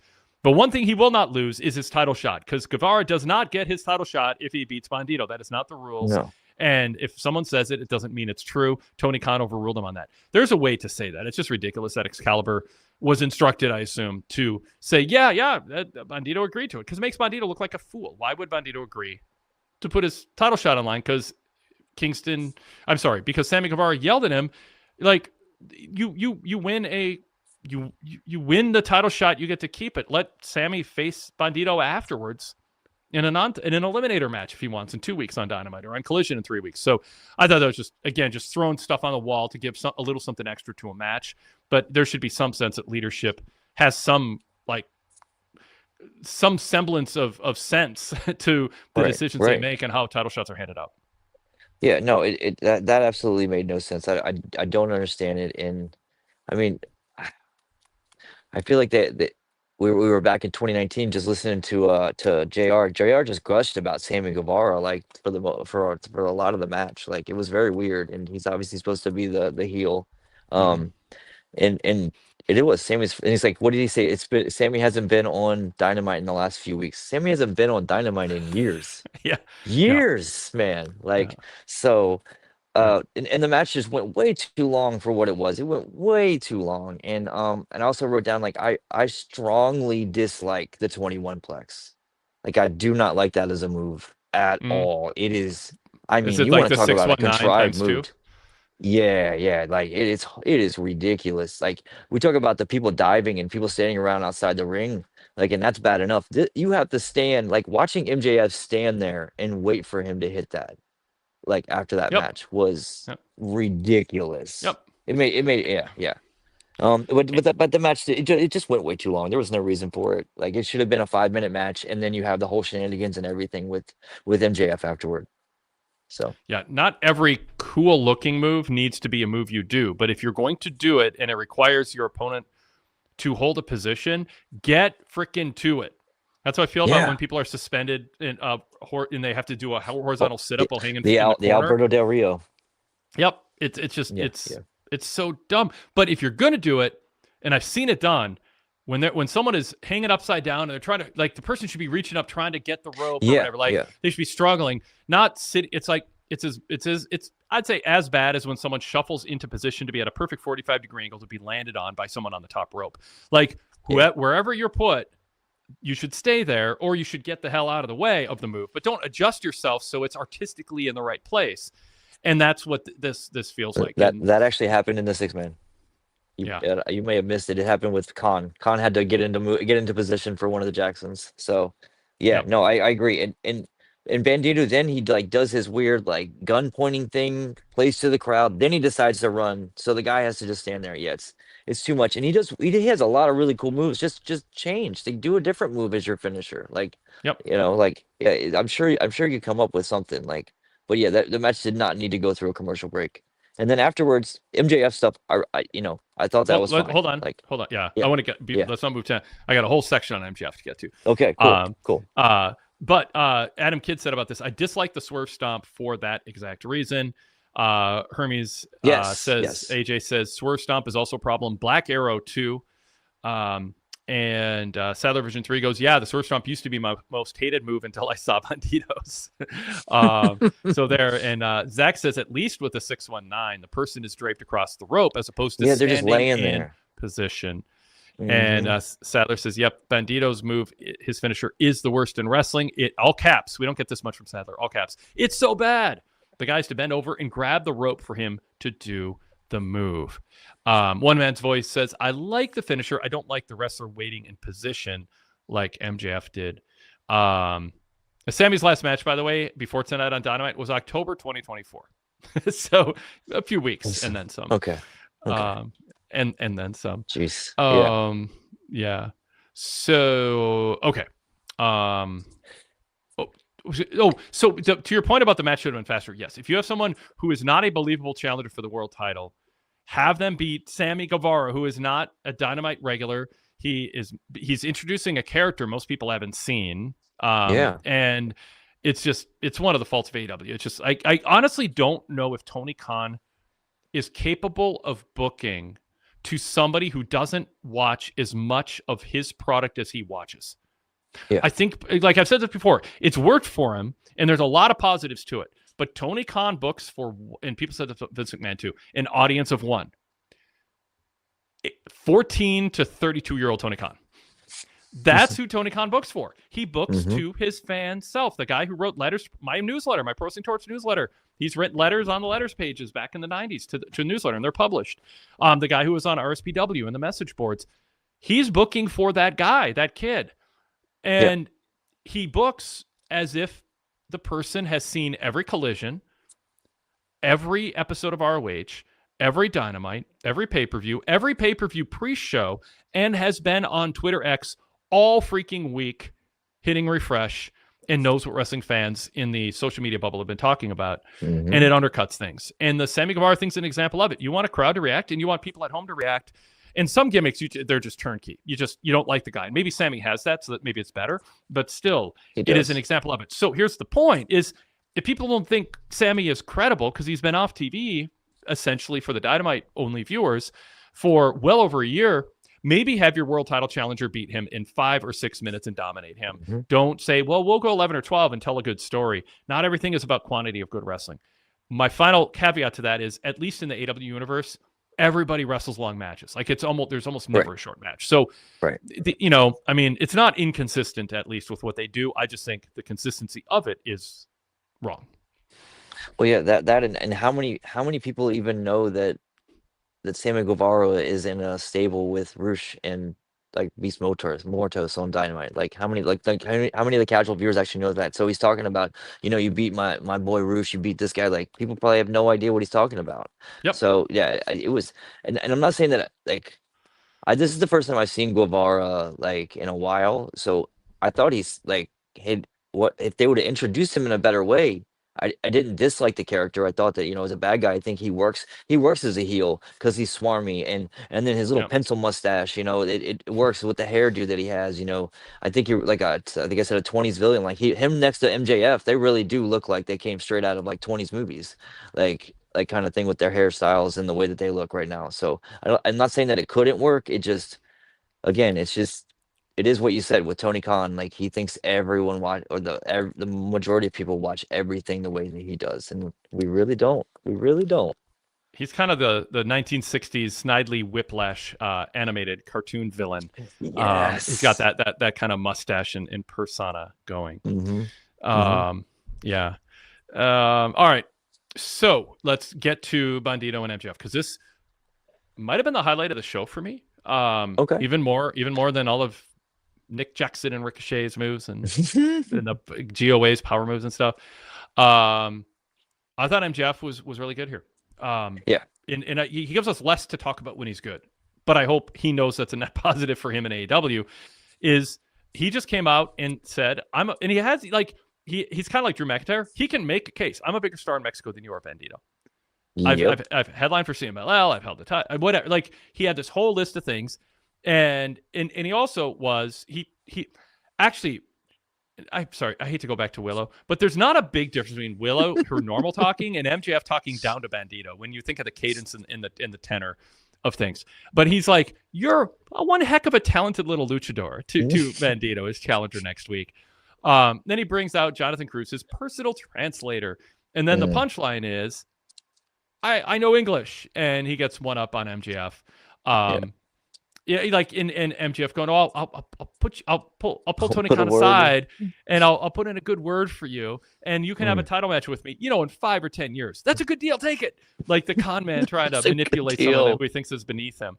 And then Bandito got the last laugh, and the second to last laugh, and the third to last laugh. So I thought Bandito was really good here. He listened. He set up MJF to dig a hole for himself, and he made it work. So I like this. There wasn't a one-line. Well, I shouldn't say that. We just listed 2 of them. There were good one-liners from MJF, but they weren't like shock jock. Oh, I can't believe he said it. It was in character, in the moment, trying to mess with someone and talk down to his opponent. Yeah, it wasn't meant to get a pop. Like he used to always do that every time he'd have one to get a ooh or a laugh out of the crowd. No, he's bought into this heel role right now, and I hope it stays that way. Yep. Because what he's doing is probably some of the better work that he's done. That like it's so far from the last time we saw him hold this belt with the Adam Cole situation. Like it is such a different like character, and thankfully it is, because yeah, he was a big highlight of the show. Like he was he can make me laugh a lot. Like just watch him. He is a star. He knows he's a star, and I'm glad that like he's in AEW right now, because they kind of lack the guys that know that they're stars and carry themselves that way. and I think that he stands ahead and above, like head and shoulders above a lot of people in that, like his presentation, the way he talks, the way he carries himself. Like Mhm. he's very sure of himself. He knows who he is, which and it comes across. And yeah, and with MJF, what you want is a smarmy, arrogant, patronizing, unbearably insufferably self-centered heel who you want to see lose. Yeah, And it doesn't mean he always loses, but you pay to be there live for when he does. And then you want a babyface who outsmarts him, or is resilient, or isn't bothered by him, and doesn't let him pushing your buttons trigger you. One man's voice in the chat said, "Yes, he showed restraint here and got Bandito over." That's the other thing. In the end, yeah, and it's a bit of an overstatement, but a heel's job is to get the baby face over first and yep, foremost. That's the job of the baby face or the heel is to get the baby face over. One might augment that and say, do it in a way that doesn't undercut you being over as a heel, but you want the fans to care more and respect more and root for the baby face when the bell rings more because of your mic work than when the program started, when the build for your match started. If you undercut the babyface and demean them and act like you're a joke, like MVP with Speedball, like, oh, you Speedball Kevin Knight, oh, then let's yeah. just demean them. Oh, Well, now when your guys beat them, it means nothing, and you've undercut nothing. the babyface and all that. So MJF's doing that. Like he by saying I'm a bigger star than you in Mexico, that's not saying Bandito you suck or pointing out things that are legitimately weak about him. You're one heck of a talented little luchador. Like, I mean, it's just we know how good Bandito is, and now you want to see MJF, get punched in the face. He's got a very Yeah, punchable face when he gets done talking. And I love that's a absolutely. good. And I'll talk to Tony Khan. You can have a title match in 5 or 10 years, and he goes, "That's a good deal." Like you're Yeah, just like, "No, it's I not." laughed Yeah, out loud at that. Yeah, yeah, yeah, I definitely laughed at that. He's very much in the vein of, like, very Roddy Piper mixed with dressed like Ric Flair, like right now. Like, and it yep, works. Like old school Roddy Piper, not like unhinged Roddy Piper. Like when he was, like I would say when he first got to WWE, or like the Snuka era of Piper. Like it was yep, yeah, yep. that's what he reminds me of a lot. Even the way that he holds the mic reminds me of Piper. Like, so yeah, it's good. It's like right now he definitely he knows. I'm really glad that he's back. He's injected a lot into the world title scene right now, because before that Joe was lacking, and Yeah. even Tony Khan, I believe, admitted that he booked himself into a hole into a corner with Hangman before that. So I think with MJF, you have challenger after challenger after challenger right now that you can Yep. put at him. So yeah. I published a Wade Keller news bulletin, PDF, all text, and audio version for VIP members, and I was talking about all the challengers Cody has lined up. If WWE wants to make the year 2026 about Cody and not have the Hmm. Rock medal, not have so much of the attention go to John Cena, just let He this be would. actually Cody's year. He's popular. It's rare to have a babyface who people like, and especially after today, this country could use just somebody who seems like whose character is, and you buy it that it's reflective of who he really is, a good dude who just wants to Yeah. win with honor, kind of like Ilya Dragunov. Just I want to win with honor. I stand for something. I love professional wrestling, and I want to represent this sport honorably and make my dad proud. I mean, I just ride that, ride that, and line Right. up the heels. So with MJF, ride it and line up the baby faces. It absolutely can work. Derek Mitchell said, "We've said it. I've said it too. We've been saying it for a while," says Derek. "MJF is a modern day half-breed Gino Hernandez, one of the best young talents that died too young." Mid 80s Gino Hernandez, world-class championship wrestling. Look it up on YouTube when he and Chris Adams were together as a dynamic duo, or when he was solo, managed by Gary Hart. You're going to see some things there too that might remind you of MJF. It's just a sharp dressed, cocky. I mean, there's some Hmm. differences. They're not carbon copies. MJF is one Oh of a yeah, of kind. course. But there's something there too when you're trying to blend, the Roddy Piper comparison and Ric Flair, Gino, I think is in there too. Zach Barber says, "Yeah, I'm so glad MJF left the Don Rickles shtick at home. He was smarmy Hmm. and unlikable without being edgy for the sake of being edgy. There's just something that makes MJF feel like a bigger star when he doesn't come across like he's desperate for attention online. Yeah. Um, and frankly, from my perspective, I respect his work more when it seems his goal isn't about him and a dopamine rush when he gets backstage and reads the internet, or even the dopamine rush of a crowd going, I can't believe he said it. But in the end, you wake up tomorrow, you think about what he did, and you go, we're going to sell some tickets because of that promo. We're going to have some people tune in because of that promo. That is the judgment of a good heel and a babyface promo, not are people on the internet talking about it because it was so controversial.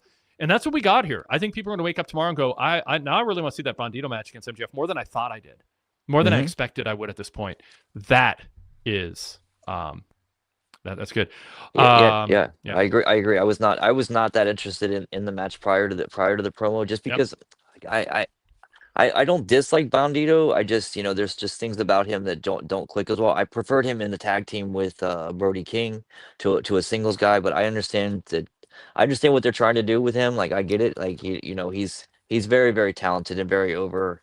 But yeah, so I'm way more excited to see that match. I think it's going to be really good, and I mean, with what MJF could do with an aging like luchador like Mystico, I can only imagine what he can do with someone like Bandito. So, couple just parentheticals here. I'm in a suburb here of the Twin Cities. We had just a horrific incident with ICE. It was inevitable. That's something like, it seemed inevitable. Something like this was going to happen when you hire a bunch of unemployed, middle-aged, frustrated white guys with their lives and give them guns and a few weeks of training and have them go out and act like, people hunting for anyone with a different skin color than them. And that's what we've been watching for months. And a woman, 37-year-old with a 6-year-old son at home, got shot for zero reason. And if you're hearing any media reports that are framing it as self-defense, go find the actual videos and judge for yourself. Set partisanship or digging your heels in aside wherever you are on I don't even want to call it politics. It's right. It's a hateful madman disrupting world order in a way that hits every trait of a malignant narcissist who's destroying our way of life, and the clock is ticking on whether we can stop this before everyone who is not paying attention to politics and thinks things will just be fine finds out it won't be.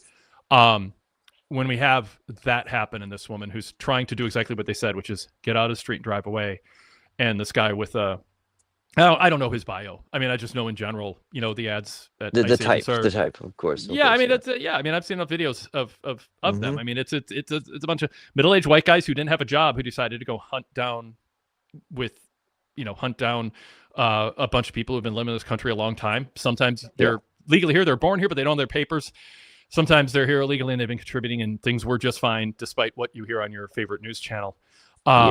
And weren't as bad. So with what happened, I wanted to mention that because I was at a family birthday dinner, sat on a patio at the Modern Times Cafe, which is like 4 blocks from where the shooting was. In college, I volunteered at this Bethany Community Center and tutored kids in math in elementary school, 4 blocks the other direction from where the shooting was. I have a connection to that community, and it's just. I don't know if it was I don't know how it would affect Mayor Jacob Fry's career to say what he said, but he didn't censor, he didn't shorten the word I'm about to say, but he said, "ICE, get the F out of here." And that's how we feel. And there's big protests in the streets of Minneapolis tonight, backing that up. And it's not needed. It's awful. And I know people who are scared and preparing, who are super good people with great families, but mixed families. And it's just awful. And it didn't have to be this way. I'm sorry that you didn't want to vote for a black woman. I'm sorry that your news sources or your social media curated a story that was fictional, that this would be better than the alternative, but it's not. Yeah. And it's awful. And there's a lot of people who should know better. And some people who didn't know better are starting to find out, maybe I need to listen to different people in the media and open my eyes to the reality of really the disintegration of post World War II world order because of somebody who just wants to find any chance to enrich himself financially and the people around him in a way that goes completely against what he ran on and why people identified with him in the first place. Yeah. So that said, please can we have on days like this, and I know the show wasn't in Minneapolis, it would have been especially bad if it was, but this is people from all over the world are texting me about this and saying, you all right, Wade, and all that, and all over the country. Can we have an edict at the beginning of the show for Sammy Guevara to not do the gun thing to Bandito after a move? He just pointed, did a finger gun point at his head. Like, can we? I know it's Bandito's gimmick. Can we just skip it this week, maybe? And Don Callis, can you maybe not get excited with Jake and Mark Davis and saying we're going to kill people tonight? Like, Yeah. like get your head out of the sand and just understand there's a lot going on in this world, and talking about killing people or pretend, doing finger gunshots, just this wasn't the night for it. So yeah. But as Ducky Duck said, trust me, the fear is the point. Peace to your city, Wade.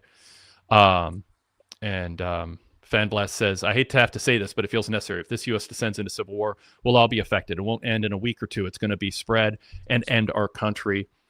Wake up. Derek Mitchell says, thank you, Wade, for sharing that, because the media can bend stories to certain narratives. Prayers to the family and loved one impacted by this tragedy. And Ducky Duck says, yes, Wade, this is not politics. It's just human decency. Exactly. So anyway, I mean, I'm not like, I didn't lead with it. It's not like a huge thing. It's just, I want to say, when there's things going on in the world, and sadly, it didn't have to be this way. And if some people made a different decision 14 months ago, we'd be in the world and would be a much better place right now. And I'm Absolutely. as people know who saw me afterwards, I mourned that for weeks, and I have, nothing that's happening, sadly, is surprising me. And I hope we get out of it. And I'm not convinced we will. As a stable society. But that said, so I don't want to over condemn AEW, but I just think, because this probably isn't going to end, I think every entertainment entity, and this is on Tony Khan, I think there needs to be sheets of paper put up just going, hey, because of what happened in the world today, if there's a bombing, don't talk about wanting to blow people up. If there's a public hanging, don't talk about wanting to hang someone. Maybe don't have Hangman Page on that show. That kind of thing. As Rude Dog says, Sammy seems clueless, so what would you expect? I wasn't surprised from Sammy. To be honest,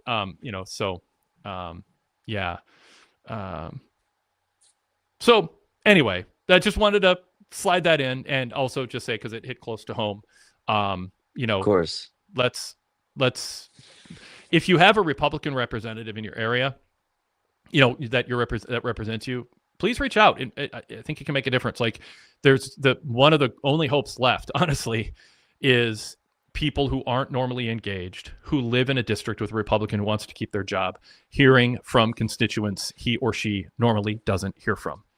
And I think that is going to land. And what needs to happen is, there were 2 votes away in the House a few days ago from stopping Trump from being able to take military action in a foreign country without congressional approval. And it came up 2 votes short.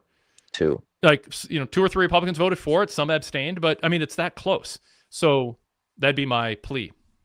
Is we can't, no one person can do everything.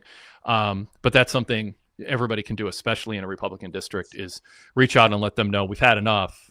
Jim Ross had enough in the main event of the violence. And it's not a laughing matter. It's just like, at some point, I think people, hopefully in a world, a bigger world that's much more important, we wake up. We wake up to the reality that thing, we saw with COVID, like, it was so weird with COVID. There's NBA games going on. The world's normal. Oh, it's blown out of proportion. And then boom, everything stopped. It was over. Yep. And I think we get fooled when we watch NFL football games, Dennis, and we think, oh, look, the world's fine. I go outside and people are playing tennis and pickleball, or they're snowshoeing, or cross-country skiing, which is what I see here in Minnesota. And neighbors are talking, and people are. I bumped into some old neighbors at the restaurant tonight that I went to eat at, and we talked for a half hour and caught up. Things can go from normal to not normal really quickly, and I don't know that we're not on the verge of that. And it is absolutely time for. The people showing up in the streets of Minneapolis tonight, it was heartening, and I know it's happening in other cities too. I don't talk real world much on this show. I did in the lead up to the election more often. But I understand people come here for an escape, and I saved it for like 90 minutes into the show too. Cause I don't want it to, whatever, seem like I'm just here on a mission, but it tied into AEW tonight, and it was a window for me to expand a little bit. Chutch in the chat says, preach, Wade, the madness needs to stop. It is madness. I knew 10 years ago it would be. Everybody who knows me knows this is where I thought things were headed if we didn't see through the con man who was deranged and not well. I don't even blame him as much as the people who support him who know better. Like, absolutely. I mean, I don't think he's wired to know any better. It's sad. I mean, the Unfit for Office documentary lays it out. I mean, he is incapable of empathy, and he's not bound by truth, and he's shameless. But he's a gifted con man. And what bothers me is all the other people who know better, who are smarter, who have gone along with it with their fingers crossed that it won't get this bad, and it's gotten bad. Yeah. And so I'm just saying it can flip fast. Fan Blast is exactly right. Somebody dies in Minnesota today. Next week, your internet is out in Colorado and soldiers are outside your door. There aren't two sides here. And I mean, the way things can change this fast is you think about like, I don't know how young everyone is in the chat, but like 9/11, I mean, like 9/11 happened and we just gave away so many of our rights back then. Like, so, I mean, it was, so and everything changed then. So it has happened in this country and it was overnight, like multiple times. So, yeah. Yeah. And I just cannot stress enough that 37-year-old woman was driving away. Her wheels were turned away from, the trouble. She was trying to leave. She had her spouse and her dog in the car with her. She just wanted to get out of there. She was doing what she was told. And a guy in a pretend police outfit who probably was not properly trained and I mean, it's just, there's not a vetting for people to be running around in police uniforms with guns pulling them. I mean, it's against the guidelines of every police manual and law enforcement manual once you don't shoot somebody in a car unless there's imminent danger. And it is utter bullshit that there was imminent danger to that guy who shot the gun. She was steering away from him and he was aside from the bumper. And the public statements put out today by Kristi Noem and the president should be disqualifying to anybody who's paying any attention to ever say, yes, I approve of the job he's doing. Again, that 36% number is shameful, no matter what your rationale is when you read the public statement today and then you compare it to the reality of what we see on video. You have to understand he's been doing that all along. This one he can't hide. You can watch the video and you can see the utter contemptuous bullshit, and he thinks you're that dumb and you're that gullible or you're that loyal to whatever attracted you to him in the first place, that you will go along with don't believe what your eyes see, believe me. And there has to be a break point. Dumb loyalty would be the two, like the dumb and the loyal. Like it's scary. Like anyone that is still driving around with I support Trump things stuck on the back of their car is just And I don't see nearly as much of that anymore. I mean, I will say I used to walk my dog by a house and it had a big Trump flag, and on the highway where I biked, I saw I mean, it's gone. I mean, the loyalty is softer. And obviously he's just, killing the economy to the people who voted for him. He's not killing the economy to the people who voted against him. Well, I shouldn't even say that. That's true too. But there's people at the top who is always in favor of, who are benefiting from this, who have, millions in the stock market or in the oil industry. But the people who aren't benefiting are the farmers and those affected by tariffs and the furniture makers and the collar workers. And it's about to change for a lot of other people too. And so, the support is softer because it should have, I'm doing more than I want to, but it should have bothered people, and it should have been disqualifying when he said to the first black president, "Prove you were born here. I don't believe you. Produce your birth certificate." It should have been disqualifying when he mocked the New York Times reporter with cerebral palsy. I mean, on and on. I mean, there were examples in 2015 where any decent person would say, I don't care about his policies. I can't vote for somebody who's this awful. My vote is too valuable. I won't do it. But, people didn't want to vote for the lady or didn't want to vote for the black lady or whatever it was. And thought he's a reality star. And then they bought the bullshit that everybody in New York knew wasn't true, which is that he was a good businessman.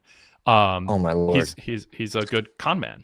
And as Chuch says, and I mean, there's so many examples of this. I would say, well, there's a whole list of things, but January 6th was the ultimate disqualification. And I mean, it's astounding that Senator McConnell could have said he can't run for president again by convicting him. And it would have been after the election. It wouldn't have hurt anything. And they didn't. And now there's a 37-year-old with a 6-year-old son at home who has no parents, because people, whatever the rationalization was.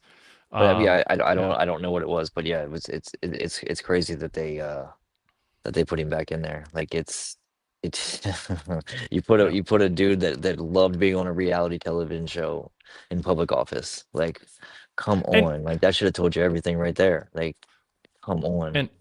And I mean, there were people who were like, but she didn't give answers as articulate as Pete Buttigieg or Bill Clinton did back in the day.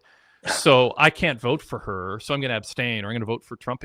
Like, Or I'm not sure Yeah. she worked at McDonald's. Maybe she lied about that. Like, I can't think of less consequential reasons. Right. Like, and again, Yeah. I mean, this is a neighborhood I'm familiar with. I have connections to, and it affected me today. Yeah, of course. And so getting to vent here a little bit is, I don't know. Maybe it's cathartic a bit for me. Yeah, Zach Barber says absolutely. it's not about right and left; it's about right and wrong. I just hope it's Yeah. clear to everybody it is right now, because there's people in Canada who are like talking to me, and they're just like, they're so negative, and I understand why, and like so doomsday and fatalistic. And I still have faith in Americans. I mean, I think it's taking longer to wake up than I would have hoped. I've been absolutely crushed and disheartened by the last 10 years of decisions people have made with their Hmm. votes. But I think we are so used to freedom and actual democracy with all its flaws, and it's been an ever changing improve. We've tried to improve, and we have in certain ways. We have a shameful past, but the pendulum swings towards progressing in positive ways, even with some steps back. I still hope there's a big swing in the other direction, and I'm not giving up on that.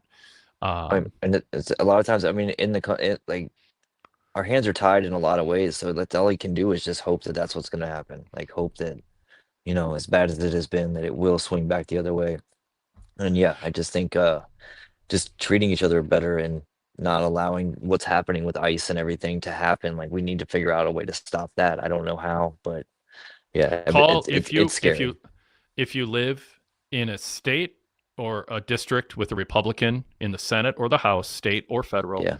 Call them, email them, and tell them you're not okay with this, and you won't vote for them if they don't take a stand against it. That is something Yeah. everybody can do. You can peacefully protest. They want to show, as Governor Walz in Minnesota said, unfairly maligned in so many different ways. But it's what they did to Hillary. It's just what happens in Yeah. politics. But he just said, don't give them a show. That's what they want. That's what MAGA want. Trump wants. He wants a show. Don't give them a show. Don't fight. Don't give them the excuse to escalate things. And that's why the peaceful protests. And I haven't been connected to news for 3 hours, so I mean, I hope it stayed peaceful. But marching through the streets and just paying tribute to the ICE victims and speaking out against them, that is another thing you can do. But it's be more active. I mean, the No Kings rallies were helpful. I mean, it was a visual symbol to a lot of Republicans who are worried about their jobs, that there's a lot more enthusiasm right now that's anti-MAGA than there has ever been. So, yeah, we'll see. All right, I don't want to shortchange MJF the praise, or Bandito the praise. Is there anything else you want to mention on that, Dennis? No, I think that's about it. Yeah, no, they're I think I definitely, like I said, I'm more excited for the match next week now after that Yep. interaction, which they did what they're supposed to do, right? Yeah. There was a vignette from Brody Lee. Yeah, Brody King. And thank you. Yes, it's a 5-year anniversary of Brody Lee. We have on PWTorch, Yep. by the way. I reposted my Dynamite report on the week that he died, and then last week, and then this week the tribute show. If you want to read through that, they did a great job with that. So that's up on PWTorch. The 5 years of flashback, so he's on my mind. But yeah, Brody King. One man's voice says, I'm actually curious if Brody turns on him next week after the video package. What did you make of the video package? Well, I mean, between last weekend and then the video package, I think that the turning on Brody or Bandito could possibly happen. I like the package. I think that he is right. He's himself again. He's someone that knows who he is. He doesn't have to go out there and yell and scream. He's going to speak softly, even though he does scream in his music because he's a big metalhead. So he's yeah, also very anti-ice. If we want to stick with our theme, he's been very. absolutely. He and Hangman have been very vocal about that. Yes. No, the fact that he came out with like wearing the Abolish Ice shirt, I love that. I really love Brody King a lot. I think that he seems like another good human, which is kind of like a thing across AEW. They seem like a lot of more decent people. But I think the promo is hopefully building him up for something big this year, because it felt like a lot of people's eyes opened up last year with the tag team, and now it's like you got to cash that in, man. Cash it in. Like do something with them. He could at least be TNT level champ, somewhere around there. So A heel Brody King against Mark Briscoe. Yeah, I'll take that all day. What about the vignette might make someone think he's going to turn on Bandito? They showed him leaping off a stage in concerts into a crowd, and then also dropping people on their heads. And he said, "This is me. I want everyone to know who is watching. Brody King is coming for the throne." That's in essence what he said. What makes it seem like he's going to turn on his friend because of that? I think it was last week's promo more than anything. Kind of like what him coming up and saying, once he's the champ, he's going to give me a chance. He's going to give me a shot. Mm-hmm. So I think it's more people leading or like reading into that, and then a follow-up promo, which is, I believe, was right after the MJF thing, the MJF and Bandito's thing. Yep. Was this promo? So I think it's more of that. It's kind of like putting the two and two together, but we'll see. Yep. JB in Detroit wants to know in the Wade Keller postshow@gmail.com inbox. Do you think AEW did enough to honor the last match and retirement of Tanahashi? It was mentioned, but only briefly. I thought it was fine. Because Tanahashi isn't a big AEW name, but Exactly. They are connected to New Japan. It obviously featured Okada, so it was self-serving in a way that is not. They shouldn't be apologized for it, but they're showing one of their guys doing really well. So yeah, Dennis, you sounds like you were fine with it. So yeah, no, I thought I was fine with it as well. But one thing I noticed, did they use New Japan footage, or did they have a camera guy there? Because it didn't feel like we were watching like what was shown on New Japan television. It felt like we were watching a fan cam. Like it felt like a fan cam. Like that's what it felt like. So yeah, so I think that they were just doing that just because they wanted to, like, because Tony Khan loves Tanahashi. I don't think that was even anything within New Japan, especially after everything that's coming out with is it Tatsu? Is that the new champ? Him not really wanting them to have it had to have anything to do with AEW anymore. They want to be their own thing. So yeah. I don't know. I just think that was a Tony Khan thing is my guess. Yeah, and I think they know their AEW fans they want to put Okada over, but they also just want their AEW fans who came to them, who were New Japan fans before AEW existed, to feel like they're paying tribute to the biggest non-American based wrestling company out there that they have a history with and they have a connection with, and they've run dual shows with. All right, absolutely. Some just sort of rapid fire to end here from JB, because he goes, "I'm back from a long holiday break, so it's good to see his emails again. With Andrade being free from any WWE obstructions and his return tonight after a previous one-off debut for AEW, where does he fit into the Callis family? To me, he would stay at the top tier with the likes of Fletcher, Okada, and Takeshita." I wrote in my TV report at PWTorch on our website that I always think Andrade is presented as being 2 or 3 times the star that he actually is. 2 or 3 times is a bigger deal than he is. He has good matches. His promo delivery is very up and down, and I don't think he connects really well. But I think there's some good matches and a kind of an intimidating look. And he just seems like somebody who people are like, think there's more there than there is. And then Tony Khan treats him that way. So to me, I don't think he belongs in the Don Callis family at that level. I think he should have a separate spot that feels more top of the second tier with more of an enforcer, agitator type role, rather than being a centerpiece talent who's at Takeshita's level or Fletcher's level or Okada's level. That's my thinking. Sadler version 3 in the chat adds, Andrade, great in the ring, but meh everywhere else. And by the way, I think is, for me, even an overstatement. I mean, I think he's verging on it, but I don't think he's great enough to make up for the meh myself. I don't think he's that special. No, I think he's great before he gets in the ring. I think his presentation, the way he looks, the way he carries himself, the mask, the different masks, the suits, I think that he's great in that. And then, in the ring, he's good. Like he can keep up with the guys in AEW. I don't think that that's going to be an issue, but no, his character development has been nothing ever. Like in the entire time I've been watching him since he was in NXT. No, it's always just kind of been he's this guy. I think they wanted him to be a lot more, and I think that they're like, and maybe if you had kept him behind a mask, it would have been better, because then you could have had somebody speak for him potentially. But no, I think that the second tier, I think that's a good spot for him. Like, above Mark Davis and Jake something, but below Takeshita and Okada and ahead of Lance Archer. But yeah, absolutely. I mean, it's not. It's just there's a lot of people there, and there's slots to be in. I think with him, by having Don Callis talk for him that can make up for one of the weaknesses. And he does, Mm-hmm. like you said, he carries himself like somebody you wouldn't want to mess with. And I think that's a positive. And he's very good in the ring. I want to emphasize that. I don't think he's great in the ring in the ways that I think there's some categories for me that required to be great. And I don't think he's quite there in terms of connecting with the crowd and I don't know. I don't want to like He doesn't sell either. So I was going to go there has, too. Yeah. He has an issue selling. That's a big issue with a lot of this generation of wrestlers is they don't either want to sell or they don't know how to sell properly.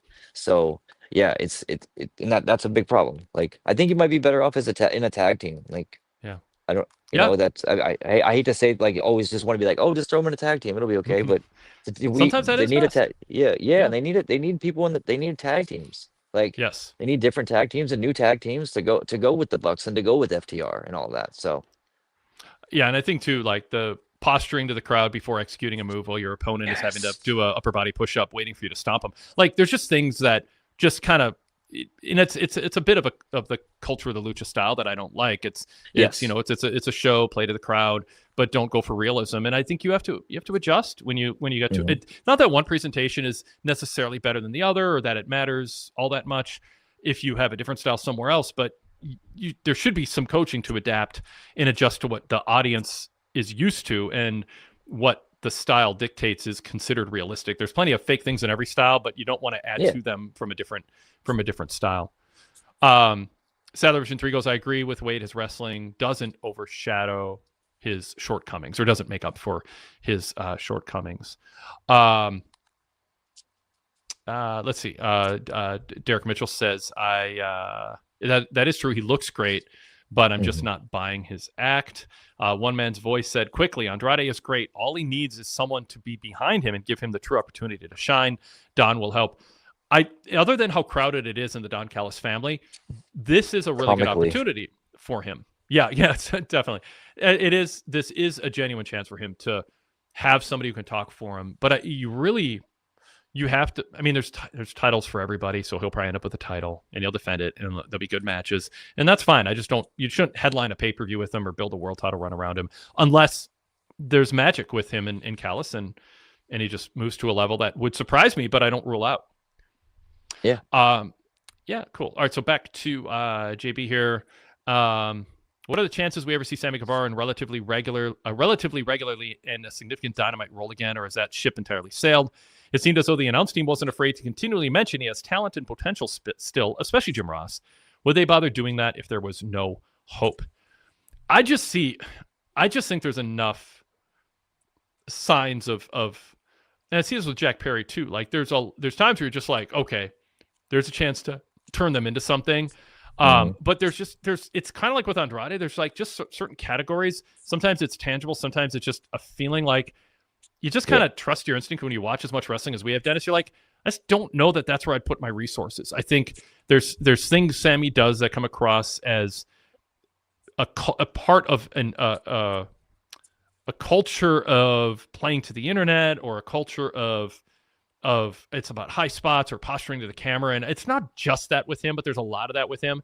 And you look for signs of maturity where you want to see what MJF did the last couple of weeks, which is my job is to get myself over by making the baby face more over in the end than they were before I got to them, so that when I beat them, the fans are angrier, or when I lose to them, I lost somebody great.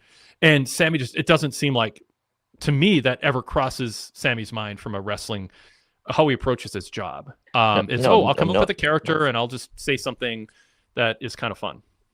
Yeah, there's no progression. Like I was even fooled by Jack Perry that when he first got back. There was I think his first pay-per-view match, the way the crowd just ate up everything he was doing, I was like, oh, okay, like they may have something here. But 6 weeks later, nothing. Like you have to progress. You can't be the same person that you were like when you got on television in 2019.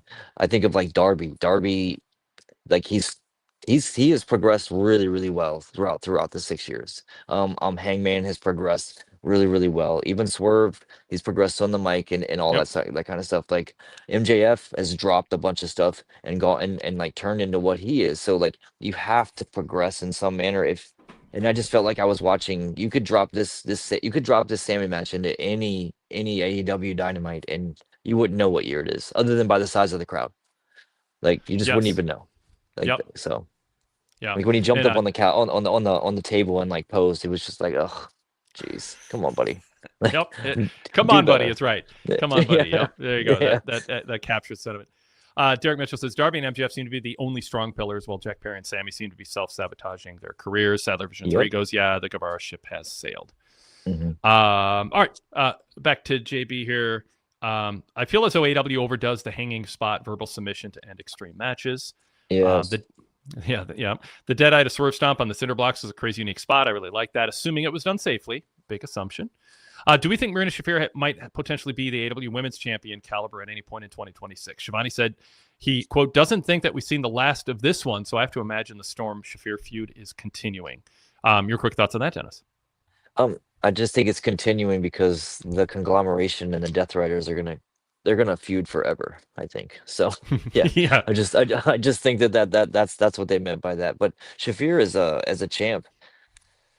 I mean, she's just got to progress a little more in the ring. I just don't think that she's had enough Yeah, opportunity for sure. in the ring. It's like Hook. It's like hearing Hook is going to wrestle in the Indies is freaking great. Like, Yep. go get Reps. some reps, man. Get Reps. some reps. Yeah. So, Variety yeah. of opponents, reps, have a Mhm. live crowd that you're feeding off of, that you get in a rhythm, you sense, what they're looking for. And Yeah. if Yeah. you just got to show you're serious about what you're doing. Yeah. JB finally says, I do feel that Bandito has it in terms of being able to naturally connect with the crowd. They really got behind him tonight, and I think they'll strongly be in favor of him against MJF in their title match next Yeah. week. Yep. Yeah. I love that Brody King had his own vignette tonight, and I really like the content. He even said, I don't need to scream to get my point across, which I'm sure they loved, which I'm sure Wade loved. With his vignette, his mention of coming to take his throne, and King's interaction with Bandito regarding his title last week, it finally feels as though AW is truly ready to push Brody as a singles act in 2026. Perhaps that's why Brodito dropped the tag titles more quickly than some had hoped. Yeah, you have this tag team. Fans are into them. The Macarena spot was not my favorite thing. I didn't think that showed great instincts at all. No. But that said, it's not a deal killer for me. If you can move on. And it does seem like Brody's got something going right now in mind that they're building on. And frankly, when you look at where AW is going to get talent, if Jake something is the best you're going to do, or frankly, also Andrade, maybe Tommaso Ciampa's next. You got to create your own stars from within too, and AW has done that with mixed results and mixed consistency. But I think Brody, and he teased it in the first Continental Classic, he had a good run. Like, let's do it. I mean, I don't. You're not super young either, so like, I think there's something there. Try to get something out of it. It doesn't mean you're committed to 4 years of them as your centerpiece star, bigger deal than Hangman and Swerve. You can do what they did with Damian Priest. You can do what they did with Jey Uso, and try it. Try it for 3 months, and if it works, extend it to 9, and then move them back down. That should be part of the cycle. They're doing it with Chris Statlander right now. Like, I mean, and she's holding your biggest title, and biggest women's title, and you, I mean, you can give Brody a shot at something like that. I absolutely agree. Absolutely. Yep. Very good. We I guess can wrap up there, unless you got anything else you want to add, Dennis. Yeah, I just want to bring up one more thing. There's somebody has it. There's somebody that I believe has it that I don't think that you like, but I like her, and that's Tekla. I don't have a firm opinion on her. I mean, there's times I think the promos are a little cringy, and I liked her promo tonight. I liked, yeah. What I see sometimes with her is a carrying cross. I'm trying to scare 6-year-old girls in a haunted house, or 9-year-old girls in a haunted house, and it doesn't. It feels like it belongs in a haunted house you pay $20 to go to on October 29th. In the lead up to Halloween. So there's a little bit of that where it's like, I'm not really buying this. But I've previously thought there's something there in her demeanor. I mean, I think so. The Bray Wyatt crab walk type thing. There's things you do that it's sort of like we talked about earlier. Certain spots have to be done where it doesn't seem like everything has to pause while I get in my gimmick. And you don't want it to look like you don't have your eye on winning. I think with rare exception, if your character is just sort of ditzy or something. But with rare exception, everything in your match should fit within the context of that winning the match is the most important thing in the world, and I'm smart enough and a professional enough to stay focused on winning. And that's where Sammy Guevara just posturing for the camera in so many of his matches before he did a big spot while the guy might be recovering beneath him, and that kind of thing. I just rolled my eyes at that. So anyway, yeah, I mean, I'm not downer, but you are more optimistic or convinced that there's something there. Yeah, no, and tonight I thought she came over, her and her the little witch girls came across really, really well tonight, I thought. And I'm very curious. I want to see the match next week between I think it's the three of them, and then Willow, Chris, and Harley. So yeah, I think that's going to be interesting. Yeah. Very good. Yeah. All right. Well, that's about it. Yeah. Fan Blast just as Wade, why is Sting the only person they've used their muscle to unambiguously portray as a star? Pick a guy, put him on a tier above everyone else, and stick to it. Interesting. I don't know. I get why you're saying that, but Sting was the biggest iconic long-term legacy star that they've ever had who wasn't so diminished like Ric Flair for a cup of coffee or something. Where it's just like, no, like Sting was amazingly, because of the makeup and being able to wear a full body suit and that kind of thing, he could pass for Sting from the 90s. Like Honky Tonk Man told me once in a Torch Talk interview I did with him decades ago, as long as I can walk to the ring and look like Honky Tonk Man did when I was on national TV, I'm going to make indie money. And Sting Cole Cabana quoted that all the time. Did I don't he? know if you know that. Yeah, because he said he always wanted to be the Honky Tonk Man. He was like, he just wants to be able to do that forever. So Yep.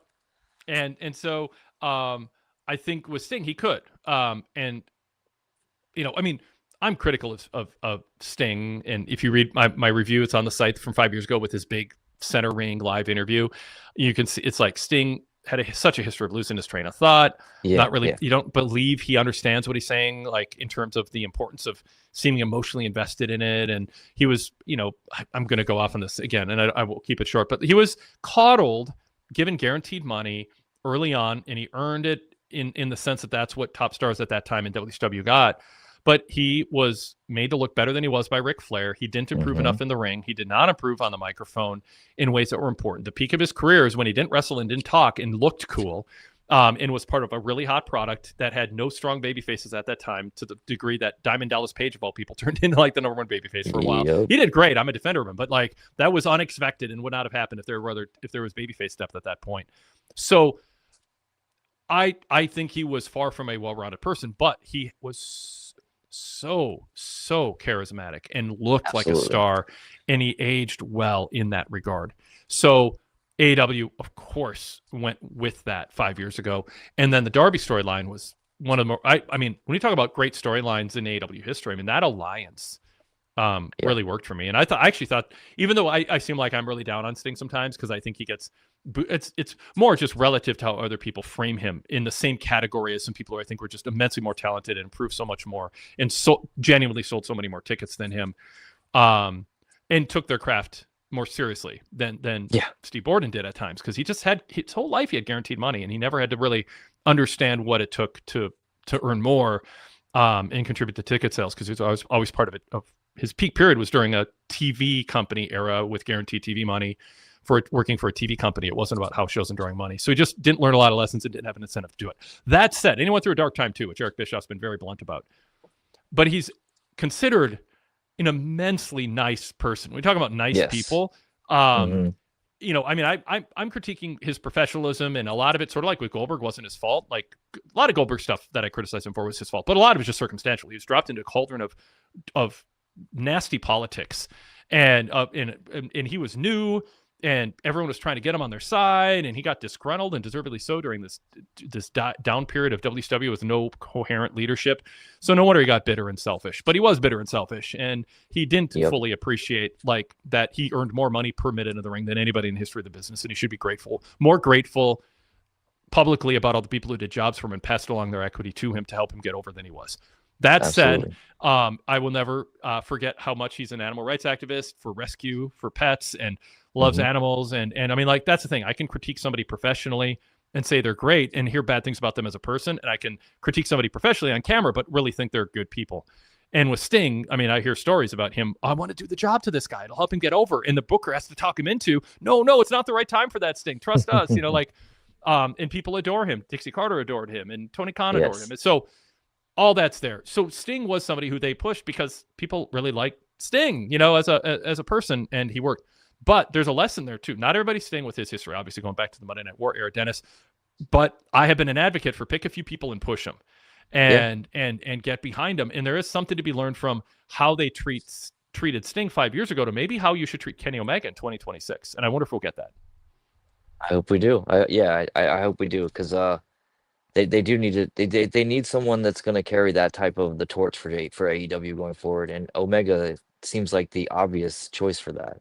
Like, Tony Khan loves him. The fan base adores him. It doesn't matter. Like, even as awkward and as weird and as goofy as he is, the fan base does love him. So, Absolutely. Yeah.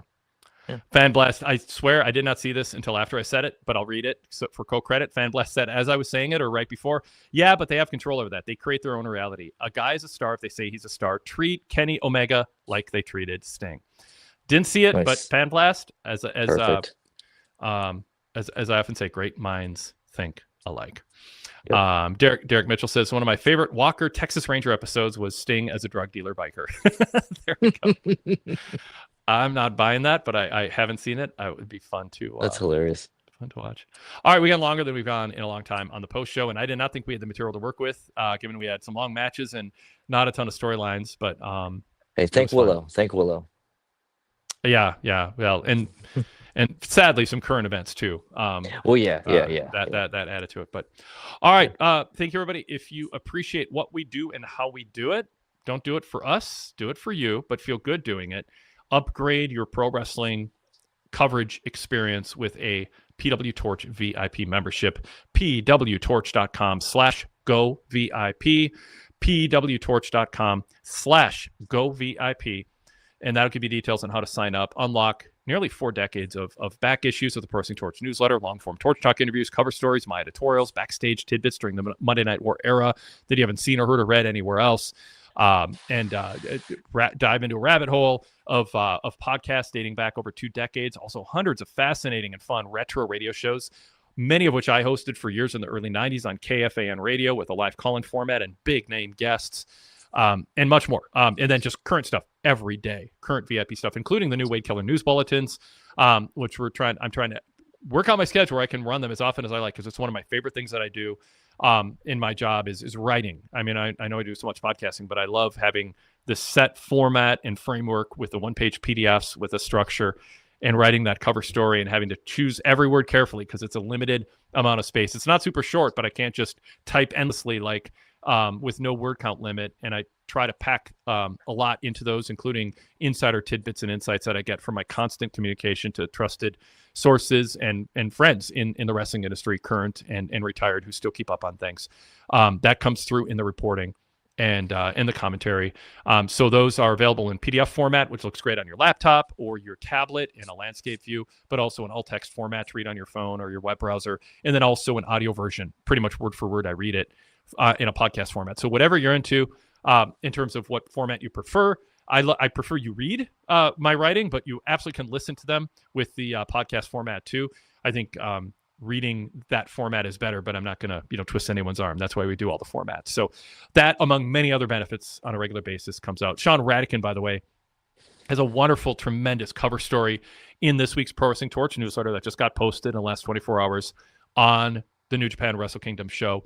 Sean Radican is a underrated and really good writer, and he shines when I give him a cover story assignment or a column assignment. He's really developed as a writer the past 20 plus years, and did a great job just putting in perspective in a really well written way what Wrestle Kingdom was all about, what was strong, what was weak, but did so in I think a really good style of writing, and put Tanahashi's current perspective. We also had Alan Cunahan's really touching personal write-up on what Tanahashi meant to his life as a fan of professional wrestling, what he meant to his fandom, and the passion he has for wrestling, in great part because of Tanahashi, and told the Tanahashi story there. And Chris Lansdell is a great report in this week's newsletter, also just running down the card. So a lot of New Japan coverage when they have their peak events. We bring out our team and I think really shine in that regard. Rich Van and I on the flagship yesterday talked for a while also about Wrestle Kingdom. At the top of the show, search Wade Keller in your podcast app and check that out if you haven't yet. Thanks again, Dennis. We look forward to your writing, and we'll talk to you next time. Thanks so much, everybody.